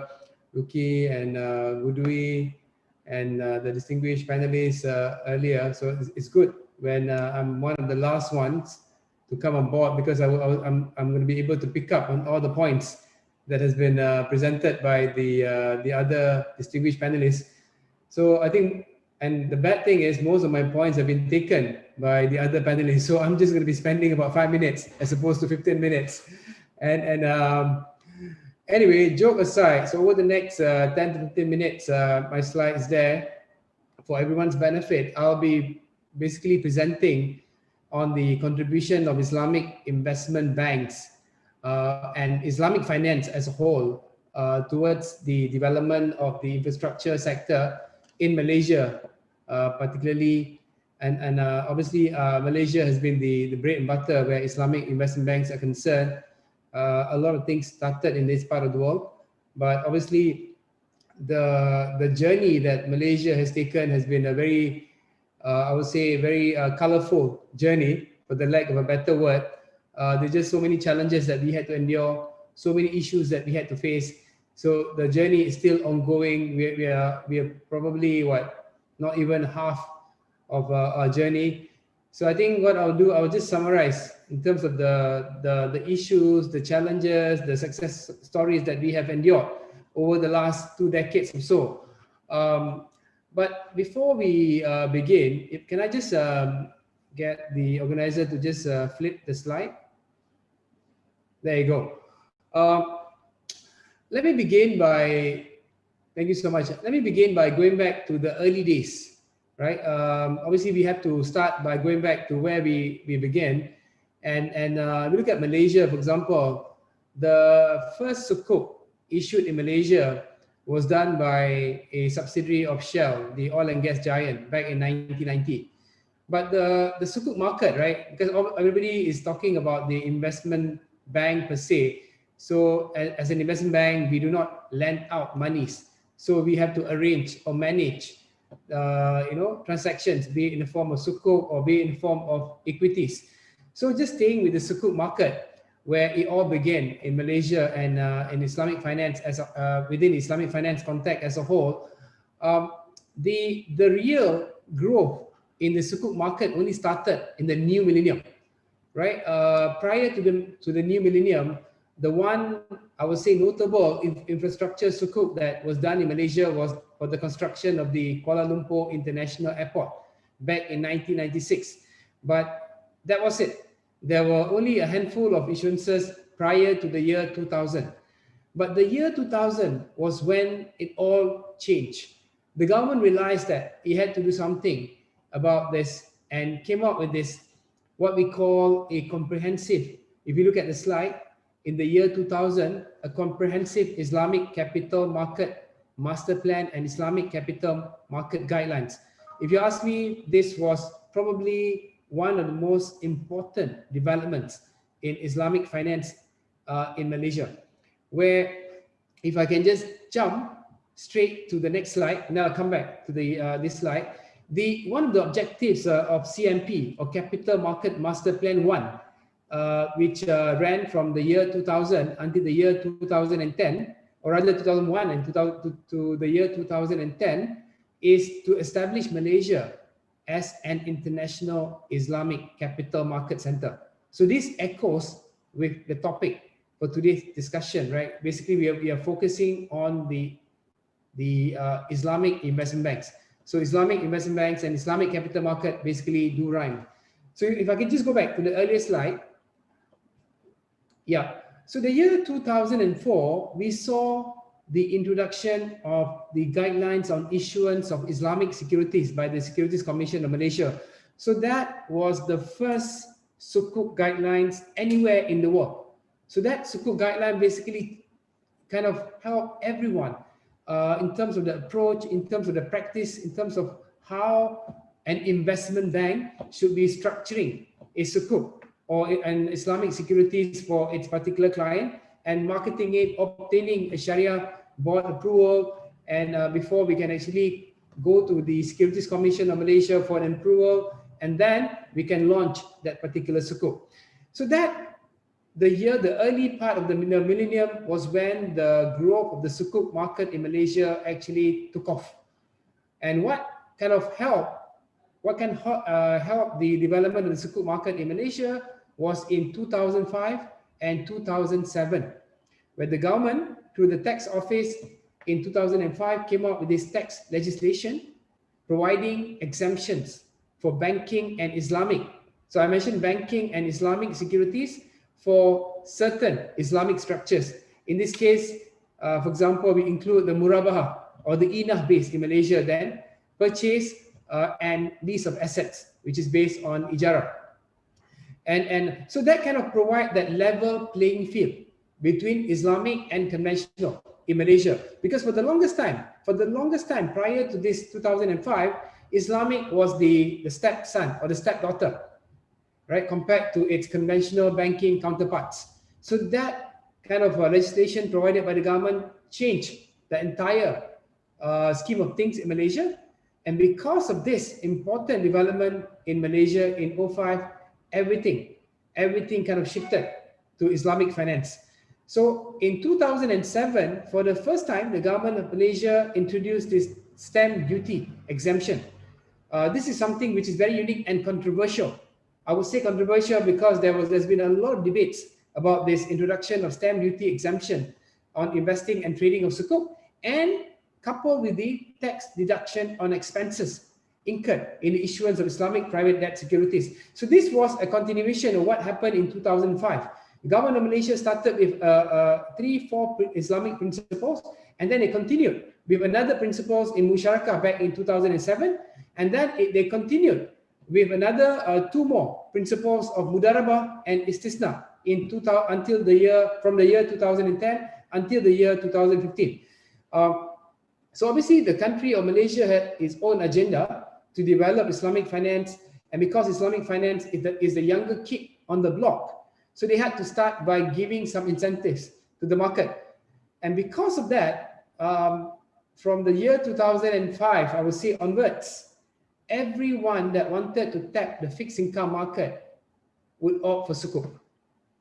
They will just want to do Islamic. Even a non-Islamic name, a non-Islamic issuer that cannot do Islamic because they are involved in gambling activities, for example, they have a casino somewhere in some part of Malaysia, without naming the state, in Malaysia, for example, they came to CIMB, they said, I want to do Sukuk. I do not want to do conventional bonds. Simply because of these tax incentives, and to add to that, from 2005 onwards, because of all this flurry of incentives that the government introduced, the pricing, which is the single most important criterion for most of the CEOs, CFOs, finance directors, and all the important key decision makers of any companies, not only Malaysia, but anywhere in the world, the pricing for the Sukuk became a lot cheaper than the pricing for the conventional bonds. So that started from the year 2005 onwards. So because the pricing is cheaper, because there are a lot of tax incentives, that was the reason why the Sukuk market in Malaysia basically took off. It really exploded from then until now. So I'm just going to skip the other part because I've got quite a number more slides. Can we just go to the next slide?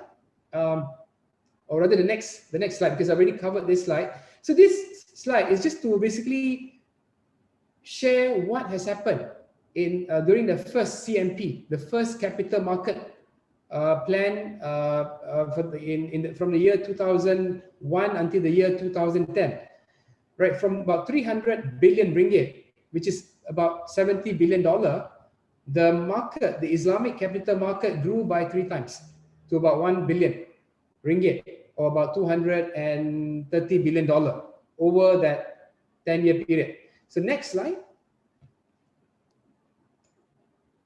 Yeah, so when we completed the Capital Market Master Plan 1, we saw the growth in the sukuk market. The sukuk market really took off. The sukuk market became the darling of Islamic finance, not only in Malaysia, but also globally.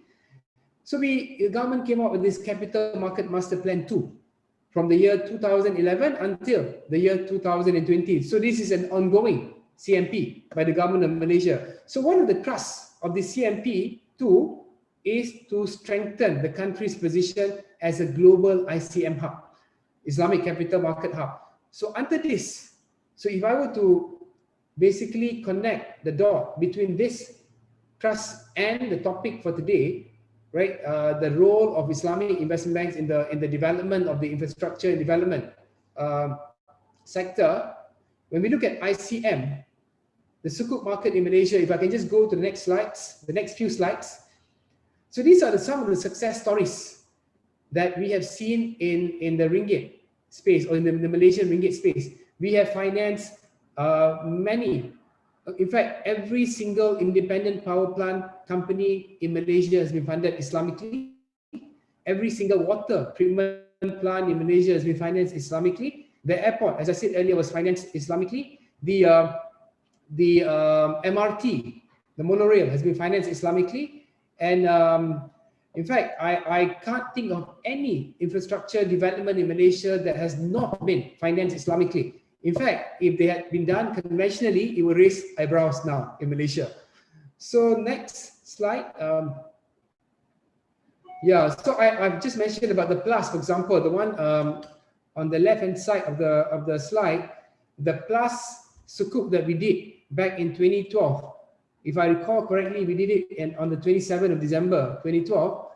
That was a day or two after Christmas. I mean, everybody was celebrating Christmas and Boxing Day in some parts of the world.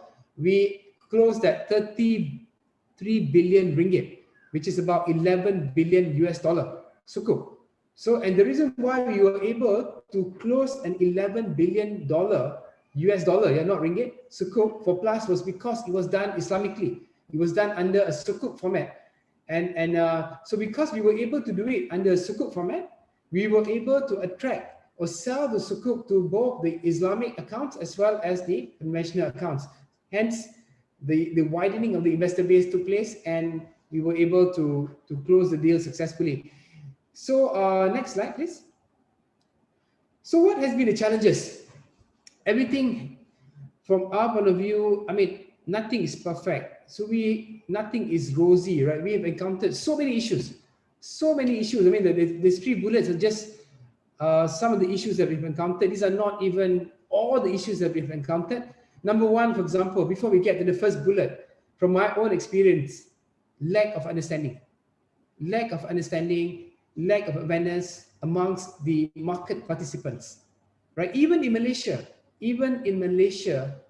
right? When I think Dr. Ahmad, you were based in Kuala Lumpur before, right? With KFH, if I recall correctly, you know, right? Even in Malaysia, we are still struggling to sell Islamic finance to the market, from the retail market to the commercial banking, corporate banking, and even investment banking markets. So we had to throw in all these incentives, all the goodie bags, all the incentives, right, had to be thrown in to entice people, to lure people to subscribe to Islamic finance. So these are some of the challenges that we face, right? I mean, I think to me, this is the most critical challenge that we face in trying to do Islamic finance, even in Malaysia, let alone outside Malaysia. The other issue, obviously, we have the single customer exposure limit, and this is applicable if you were to do an IPP, power plant financing, for example, where the off-taker is solely the state-owned utility company. Like in Malaysia, we have the Tenaga Nasional Berhad. In Indonesia, I believe it's was it the PLN? PLN, yes, PLN, right? Perusahaan Listrik Negara.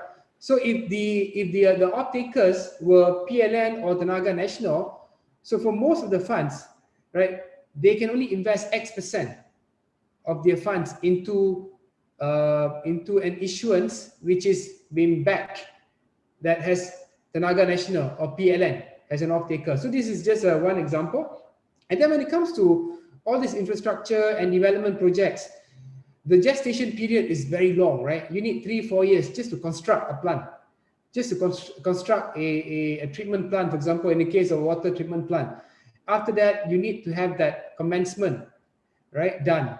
And that commencement can only be done when you really obtain the approvals from the relevant parties. Then you start business. When you start business, there's a possibility that there could be hiccups here and there, right? So there are a lot of issues, and not to mention all the other issues such as political risk, market risk, and so on and so forth, right? So, and because of that, when they come to us, the investment banks, they will tell us, we need 1 billion, 2 billion, 3 billion ringgit or US dollar, and for that, we can only pay after 20 years, 30 years. So this is just one of the journeys that we had to endure. Back in 2003, when I first did the first istisna project finance sukuk for a power plant company, the tenure was just 5 years, right? Because we wanted to test the market. People were not so confident that we could do this Islamically. From 5 years, it became 7 years. Then we extended it to 10 years. Then we extended it to 15 years. Then 20 years. Then 30 years. Now 50 years, right? So we are able to do a 50-year sukuk in this part of the world. And even for the government of Indonesia, we have done, a very long tenured sukuk in the global space. So this is just, again, a journey that we have to go through. The other issue is hedging. Again, this is a very, very important and highly controversial issue when it comes to hedging. So if we were to do a sukuk or a financing, syndicated financing, for example, some of the issuers would like to hedge their positions. So in Malaysia or in other parts of the world, obviously we have these offerings, but this is not applicable globally across the board. And that's something that we probably have to address as we move along in this journey. Legal issues, as you know, every country, the sovereignty of the country, the governing laws for each of the countries are different. Indonesia is obviously, Malaysia is based on common law. Indonesia is not based on common law. Some other parts of GCC are based on their own, basically, laws. So because of that, the legal issues, the tax interpretations and jurisdictions vary from one country to the other. This is also a massive issue that I should have actually put that in. The tax issue is a big issue, right? It could be a deal breaker in some other parts of the world, but again, this is a journey that we have to endure. We are not, as I said earlier, we are not even halfway down the road, right, in trying to do Islamic banking, even in terms of the standardization of the documentation. Right, those days people were talking about the fact that the sukuk documents are not standardized. Even the financing market is not standardized. The hedging instruments, we used to follow ISDA, and then we came out with this ITMA. Only recently we followed the IFM Tahawud Master Agreement, for example. But the Tahawud Master Agreement is still being cooked, is still being debated in some parts of the world, right? So these are the issues that we are facing. The standardization is still an issue basically in Islamic finance. Next slide, which happens to be my last slide. Okay. Yeah. You have about less than 2 minutes. What are the Islamic financing schemes that are commonly used in infrastructure financing in Malaysia? Obviously, Malaysia, commodity murabahah is it's an acceptable principle in Malaysia. So we do sukuk based on commodity murabahah. Financing, it's a given. It's based on commodity murabahah. When it comes to Islamic financing in Malaysia, as in Islamic loans, it's all commodity murabahah now. When it comes to sukuk, these are some of the popular structures in Malaysia. The only so-called outlier amongst these 5 principles are the wakalah sukuk structure, where the government of Malaysia still provides an incentive. The last standing structure that is still preferred by the government in terms of providing tax incentives is wakalah. So we are still seeing an interest in terms of doing the wakalah structure, but of course the easiest structure amongst these 5 structures would be the murabahah structure. Before I end, Dr. Lukian, I just want to take an opportunity to also, since we are talking about investment bank, to look at the other sides of the other side of the coin. We've been focusing on the sukuk market. There's also an equity market that investment banks in Malaysia are now slowly going into, right? Into that turf where, for example, on the IPO side, on the Islamic IPOs, because the Securities Commission of Malaysia came up with the Sharia compliant methodologies in ascertaining whether a particular company is Sharia compliant or not before they go for a listing on the exchange, on the Bursa Effect or Bursa Malaysia. For CIMB Investment Bank, for example, we do advise companies.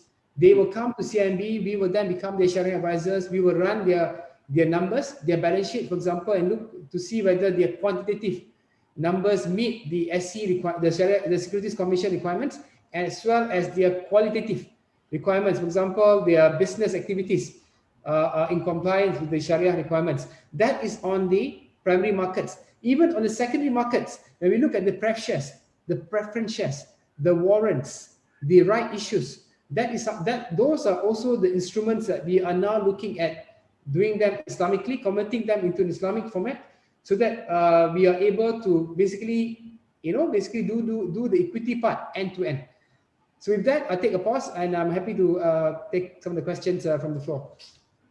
Thank you, Jay Safri. This is brilliant presentations, and I underline actually a very important point.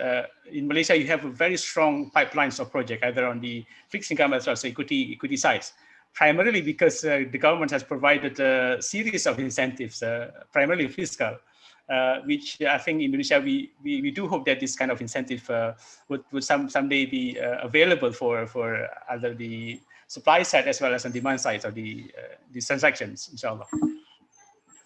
Okay, before we start our Q&A sessions, I would like to, of course, thanks all the members of the panels, all of the speakers who have enlightened us, the layman in the investment banking, banking space, some insight as well as some new knowledge on this, the products, the mechanisms, the legal requirements, and as well as what potential it has and what it can offer in the future.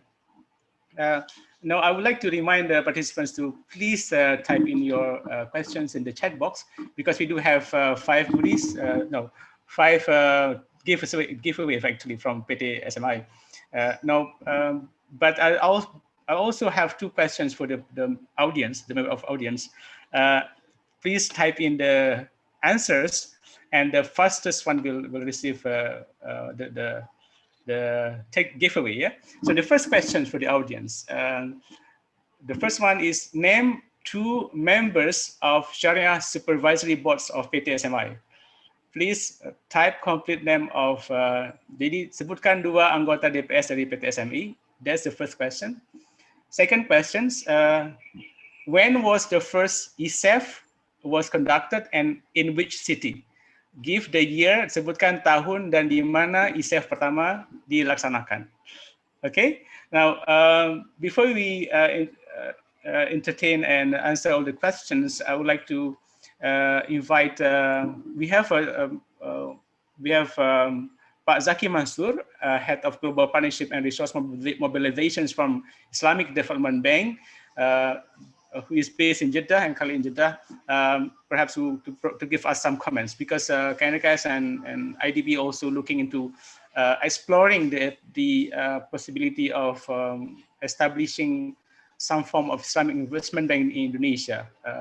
Pak Zaki, you have about 3 to 4 minutes, Pak. Okay, Assalamualaikum warahmatullahi wabarakatuh. Thank you, Pak Lukian, and good morning, everyone. My name is Zaki Mansur. I'm currently heading the Global Partnership and Resource Mobilization Department at the bank. Basically, we are the partnerships department of the bank, and also runs the syndication and also the sovereign wealth funds desk.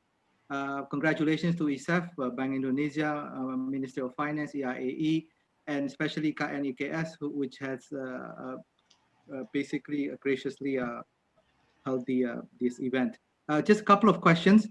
Number one is that the importance of pipeline generation would be of enormous importance, because as stipulated by Ministry of Finance today, and also Bu Sylvie, there has been a lot of developments lately on providing the pipeline for the Islamic Investment Bank, and that this will probably create the buzz, or create the momentum for foreign investors, especially the sovereign wealth funds and the pension funds. We did create a sovereign wealth fund forum in 2017 with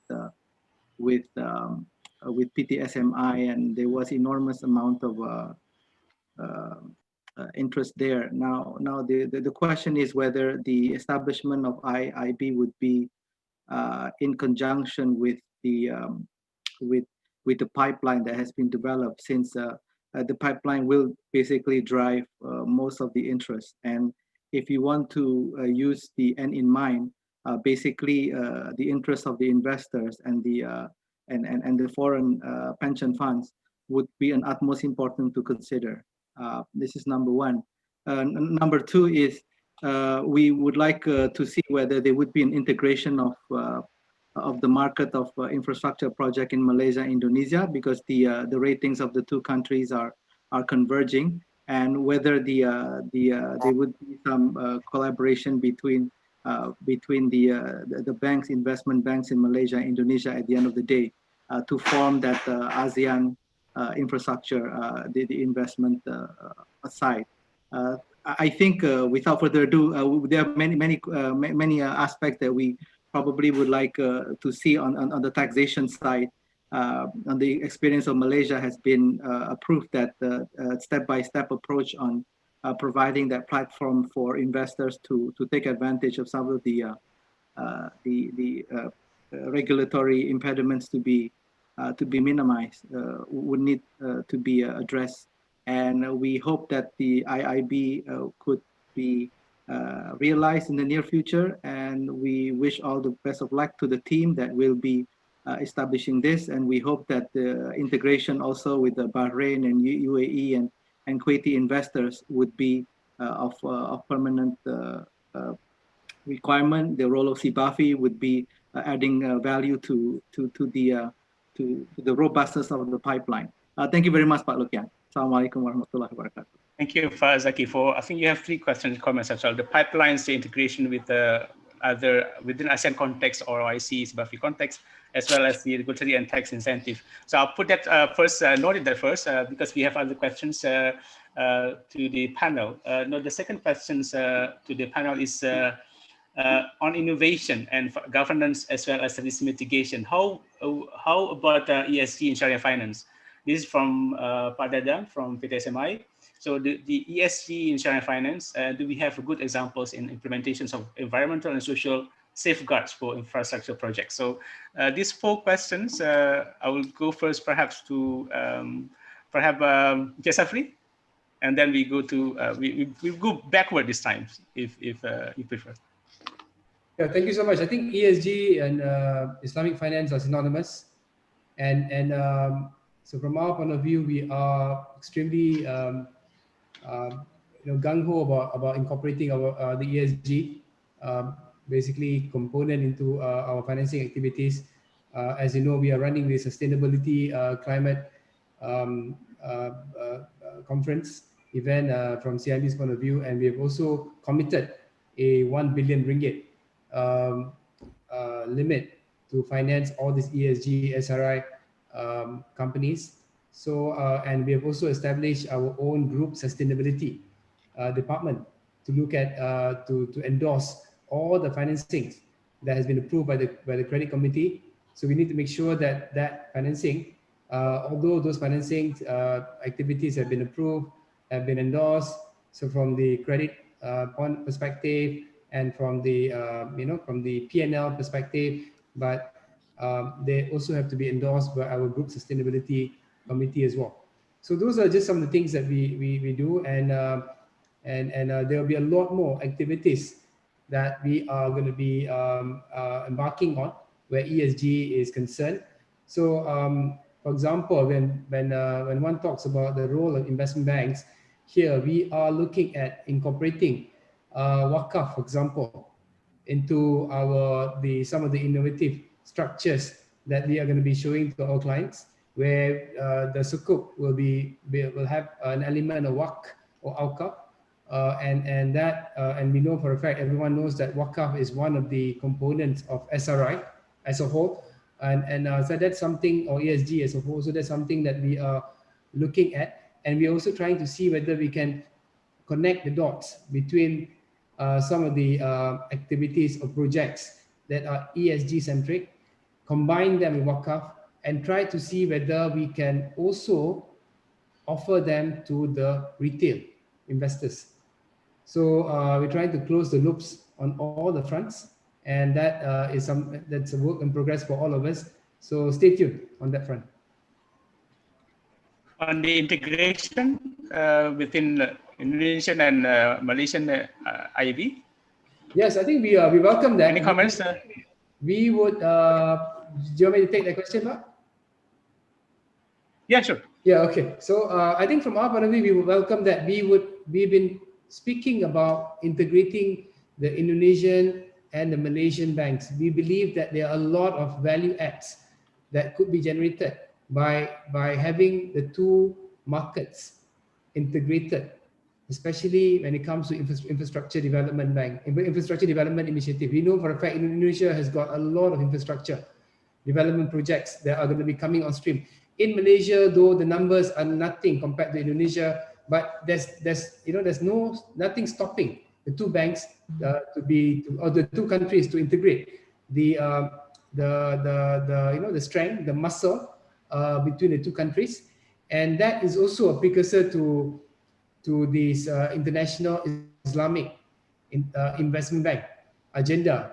I mean, when one talks about the international Islamic investment bank agenda to be headquartered in Jakarta, obviously in the role of Indonesia and Malaysia cannot be denied when it comes to Islamic finance. So I think it's important for both the Indonesian as well as the Malaysian banks to work together, right, in order to realize this IIIB agenda that is going to be mooted by IDB, for example. Thank you. Now, Dr. Omar, any comments on the question from Zaki as well as from Dadang?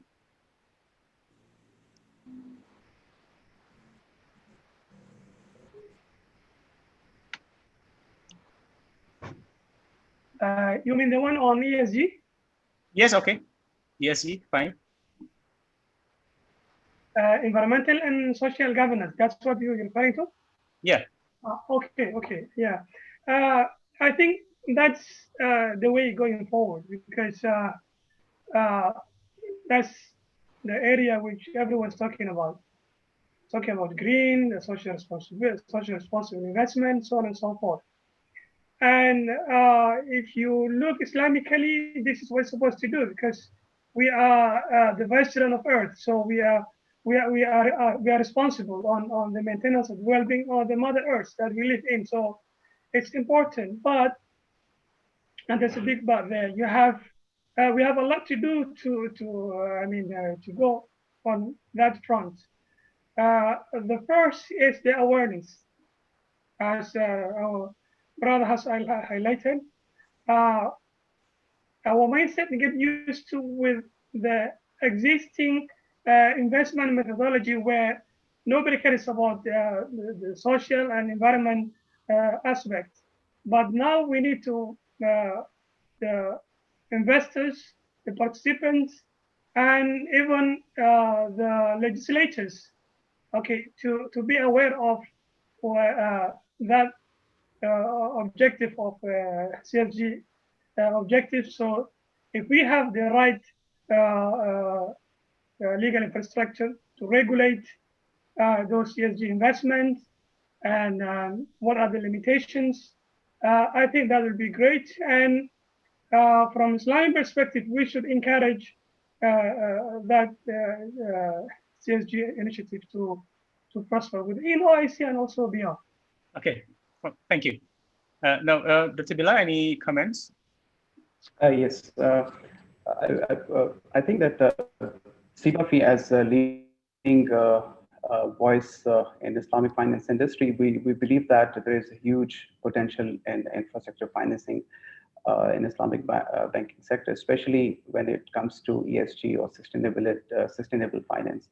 And as I've also mentioned before, that under this first strategic objective of SIBAP, advocacy of Islamic finance values, we are trying to create awareness among investors and other Islamic finance stakeholders, and trying to encourage them to invest in infrastructure financing, as I have shown that the role of Islamic finance in infrastructure financing over briefing, which you can also access through our website.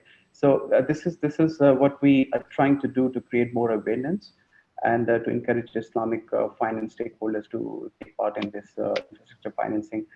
And also on sustainability, we truly believe that it is naturally aligned to the Maqasid the Sharia, or objective of Islamic finance. So that's how, and we have also tried to look into this green sukuk. We are trying to encourage Islamic finance stakeholders to take more part in green sukuk issuance. Okay, thank you, Dr. Bilal. Bu Sylvie, I think there's questions from Pak Zaki Mansur on the streams of pipelines, whether we anticipate as well for Indonesian case, because Malaysia apparently has very strong streams of pipelines projects. Sure. Sorry, Pak Taufik, for Pak Lukman. So can you elaborate more on the questions? Is this related to the question of pipeline integration? Yes, as well. I think, and also the questions on pipelines of projects for sukuk as well as for equity markets for Islamic investment banking activities. Okay. So for the pipeline, actually, for the in relation to the investment banking, in relation to the capital market, we don't have any plan to at the moment to issue another sukuk or to reach out to the capital market, but we do have pipeline project to be financed. So in terms of supply, we have ample of numbers of a project at the moment in the pipeline. We still use our internal funding at the moment to finance this. Given that the pandemic is the project is a bit slowed down, the pipeline is a bit slowed down. But once the economic is recovered and the project start to commence again. So if you look at the needs for the bigger size of this infrastructure financing, so yes, we do seeking for the alternative funding, alternative financing to finance this project. So yeah, that's from my side, Pak Lukman. And any sense of integration with regional players? Oh yeah, I think before this event, actually, I have reached out to to CIMB actually, Encik Muhammad Safri. So I have reached out to your colleague actually in CIMB, because we know that the CIMB is very advanced in the Islamic banking. So we want to learn actually how we develop, how we are able to develop this Islamic finance. So as I mentioned in the presentation, that for SMI, the Sharia unit is still relatively new, since 2000, just established in 2017. So we need to learn a lot from the other bank who has growing or has expensive Sharia financing in this case. So we have a complex project to be financed, but we do have to learn about how we can develop this Sharia financing. Yeah. Okay, thank you, Bu Sylvie, for your response. And now we have actually we have two questions from the participants. First, on the sukuk, the structure of sukuk negara, and also that investors are responding to issuance the pandemic situation. Sorry, Pak Lukman, your voice is just disappear. Can you repeat it? Of investors during the pandemic COVID-19, whether the insurance is oversubscribed or is interest high on our insurance, Okay. the retail or the green. Yeah. Okay, I hope I can get your questions. The questions. First, actually, we just close our issuance for retail during the pandemic. The retail suko with tradable. Actually, the target only 5 trillion IDR, but surprisingly that the result we reached for 25 trillion IDR. It shows that now for government instruments already people already aware and already there is an appetite from the people when the people just have their idle money because they have less spending for during the pandemic, and they try to find the instrument that can credible instrument. So while we the government decided to issue the tradable instrument rather than non-tradable. Actually, for the first years, we already in the first quarter we already issue the tradable instrument, and for the next issuance and third quarter, the plan is to issue for non-tradable instrument. But because of the situations, people need to place their money in the liquid instrument. Then we decided to issue tradable instrument.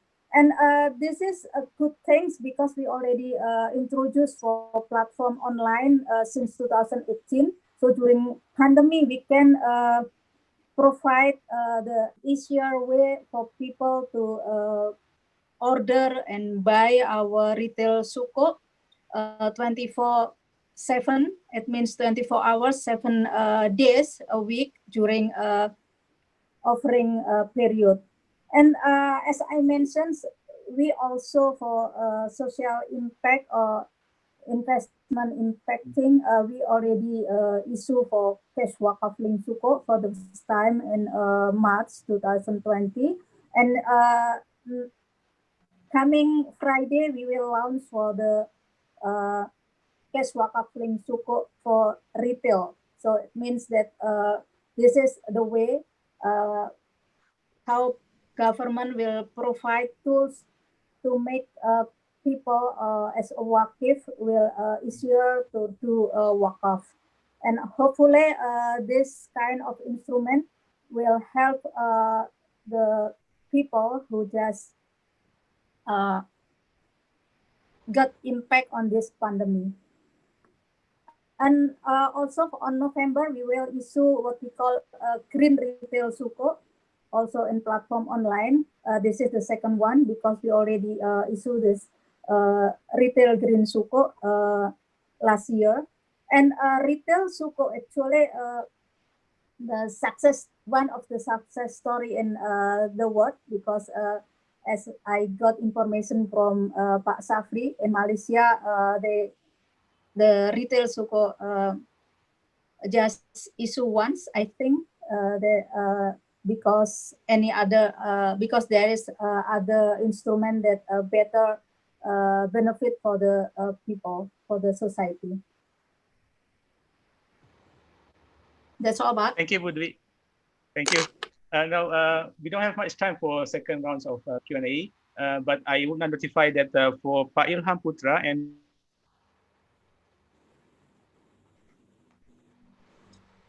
Buri Slawati to drop your email just in chat box, because you have been selected to receive the giveaway. And unfortunately, we don't have answers for the question that I mentioned earlier. Now, before we close, I would like to invite all the panelists to give a closing statement, perhaps. Would we like to start? Any closing statement?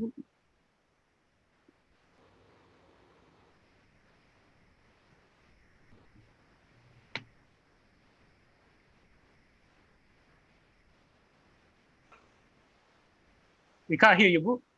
Ibu, mute masih.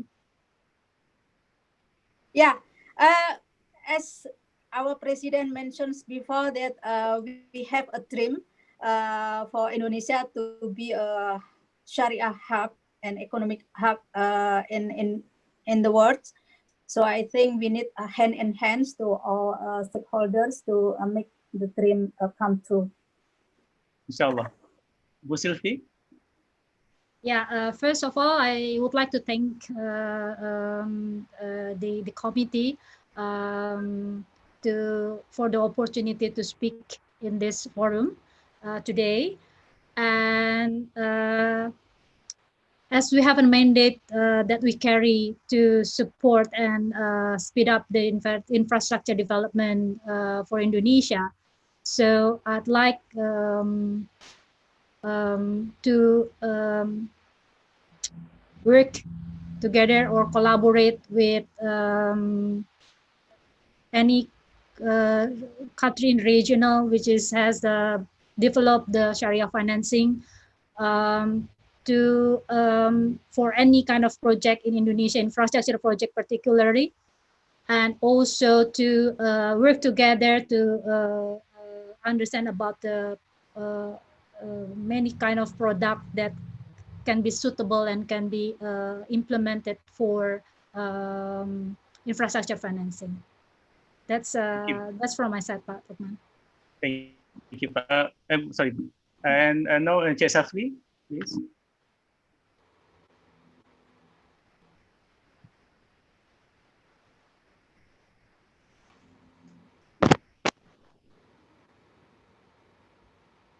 Yes, Cik Safri. You still on mute? I'm not on mute anymore. Terima kasih Dr. Lukian and the distinguished panelists once again. Terima kasih banyak-banyak for the invitation. I really appreciate this on behalf of CIMB. It's been a great session. And I think my parting words or my last words are as follows. I think the journey for all of us is still at the I think at the infancy stage. We are still in the early days of doing Islamic finance, Islamic banking as a whole. Whether is it for the retail banking or commercial banking or even investment banking. And as Bu Sylvie was saying earlier, it's still an early days even for SPT SMI. But the beauty of doing Islamic banking in Indonesia, and speaking from our point of view in Malaysia, is that Indonesia has all the ingredients. In fact, Indonesia has got a lot more ingredients than Malaysia had. The SMI is in place now. The IICG in terms of providing guarantee for all the infrastructure projects is in place, just like what we have in Malaysia for Dana Jamin. And in fact, Malaysia is also learning from Indonesia. As Bu Dwi was saying earlier, the cash wakaf sukuk, the retail sukuk are a lot more developed in Jakarta than it is in Kuala Lumpur. That is something that Malaysia is trying to learn from Indonesia. So we are trying to learn, we're trying to see whether we can actually do that on a global scale. And so as I said earlier, stay tuned for that. That is something which is going to be extremely innovative for a global instrument and issuance. And so once again, thank you so much to Dr. Lukian and the organizing committee. And I look forward to participating in the future events. Wabillahi taufiq wal hidayah. Wassalamualaikum warahmatullahi wabarakatuh. Salam. Thank you, Cik Safri. And then Dr. Bilal, please. Yes, once again, I would like to thank you, Dr. Lukian, for this invitation. We have invited CBFI to participate in this international webinar. And my concluding remarks will be like, we have plenty of options and there's huge potential of infrastructure development, especially in OIC countries for Islamic investment banks. But that is one side of the picture. Like other is the government support. We cannot succeed in inviting Islamic investment banks to participate in infrastructure financing without this proper support of government. So government has to play a very vital role, especially when it comes to infrastructure related strategies and policies. They can do a lot more in this regard, and also legal and regulatory framework. So if we have a strong legal and regulatory framework, it will be easier for Islamic investment banks to participate in infrastructure financing. And as far as SIBA fee is concerned, we will always be there to support our Islamic finance industry as a whole and to encourage sustainable finance, sustainability, and ESG for our stakeholders. Once again, thank you very much for inviting us. And it was a very interesting learning experience to listen to all the distinguished panelists on the topic. Thank you. Thank you, Dr. Bilal. And finally, of course, our Sheikh, Sheikhuna Ahmad Umar Fahad, Dr. Fadal.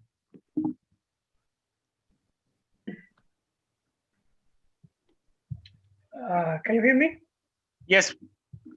Okay. Right. First of all, correction, I'm not Sheikh. You are the Sheikh. So I'm just a layman. First of all, thank you very much once again for inviting me to this wonderful session. We have learned a lot actually. And it's good to meet those wonderful people again and bring back those IIM memories. Well, there are a few things I would like to mention. Number one, talking from Islamic banking perspective, we have a long way to go. As our brother from CIMB has mentioned, we have a lot of hiccups to overcome, but there are also plenty of opportunities out there that we haven't explored. Even 1% of the opportunities available for Islamic banking, particularly Islamic investment, right? With that, so we need to be aware of the potential opportunities as well as the potential obstacles that lays ahead.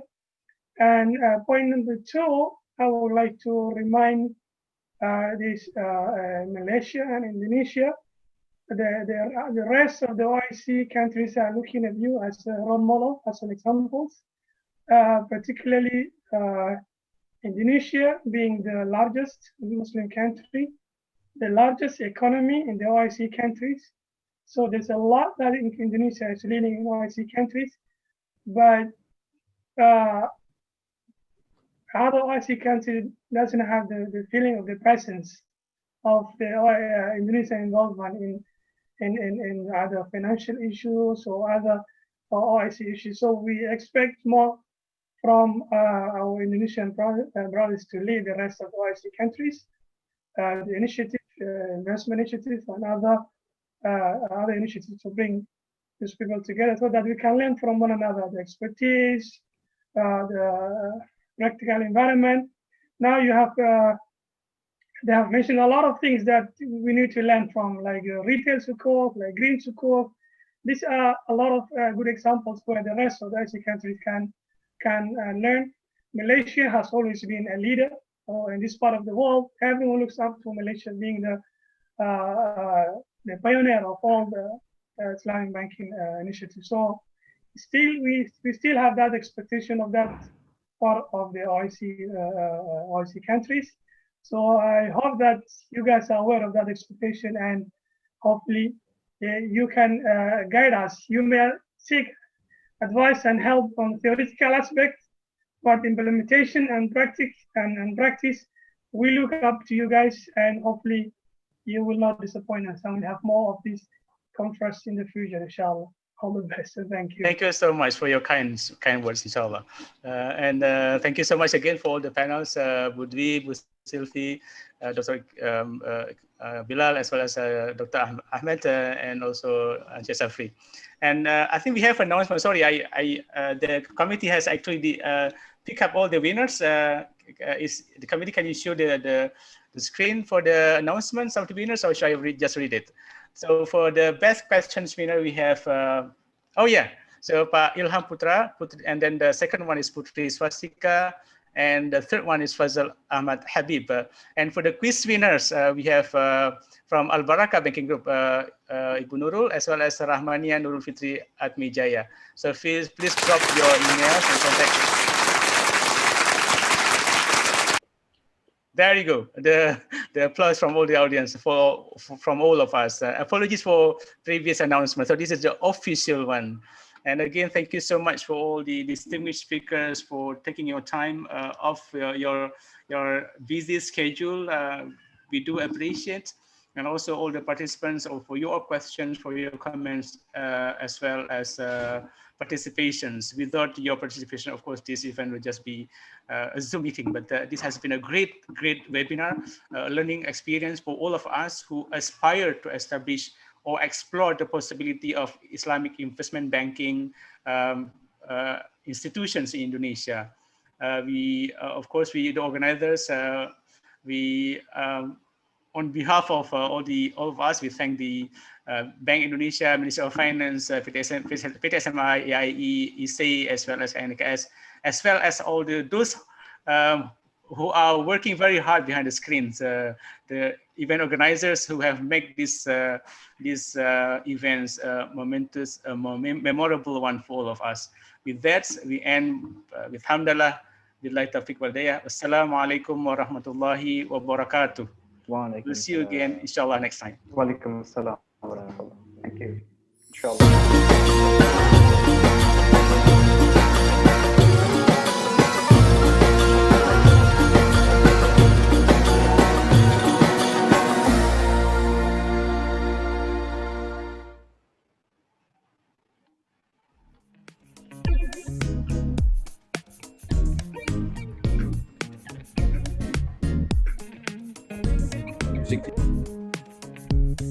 Terima kasih Bu Indri. Mas Dari. Ya, terima kasih Pak Lukian. Syukran Tufel. Terima kasih Bu Indri. Thank you. Ya. Thank you Dr. Bilal, thank you Dr. Omar. Pak Adi Kusuma, terima kasih Pak. Terima kasih Pak. Ya. Pak Dr. Arif, terima kasih. Pak Luki, Pak Bazari, semua teman-teman. Ya, terima kasih Pak Adi. Udah. Pak Yono, terima kasih Pak. Terima kasih semuanya. Ya. Pak Luki, Pak Bazari.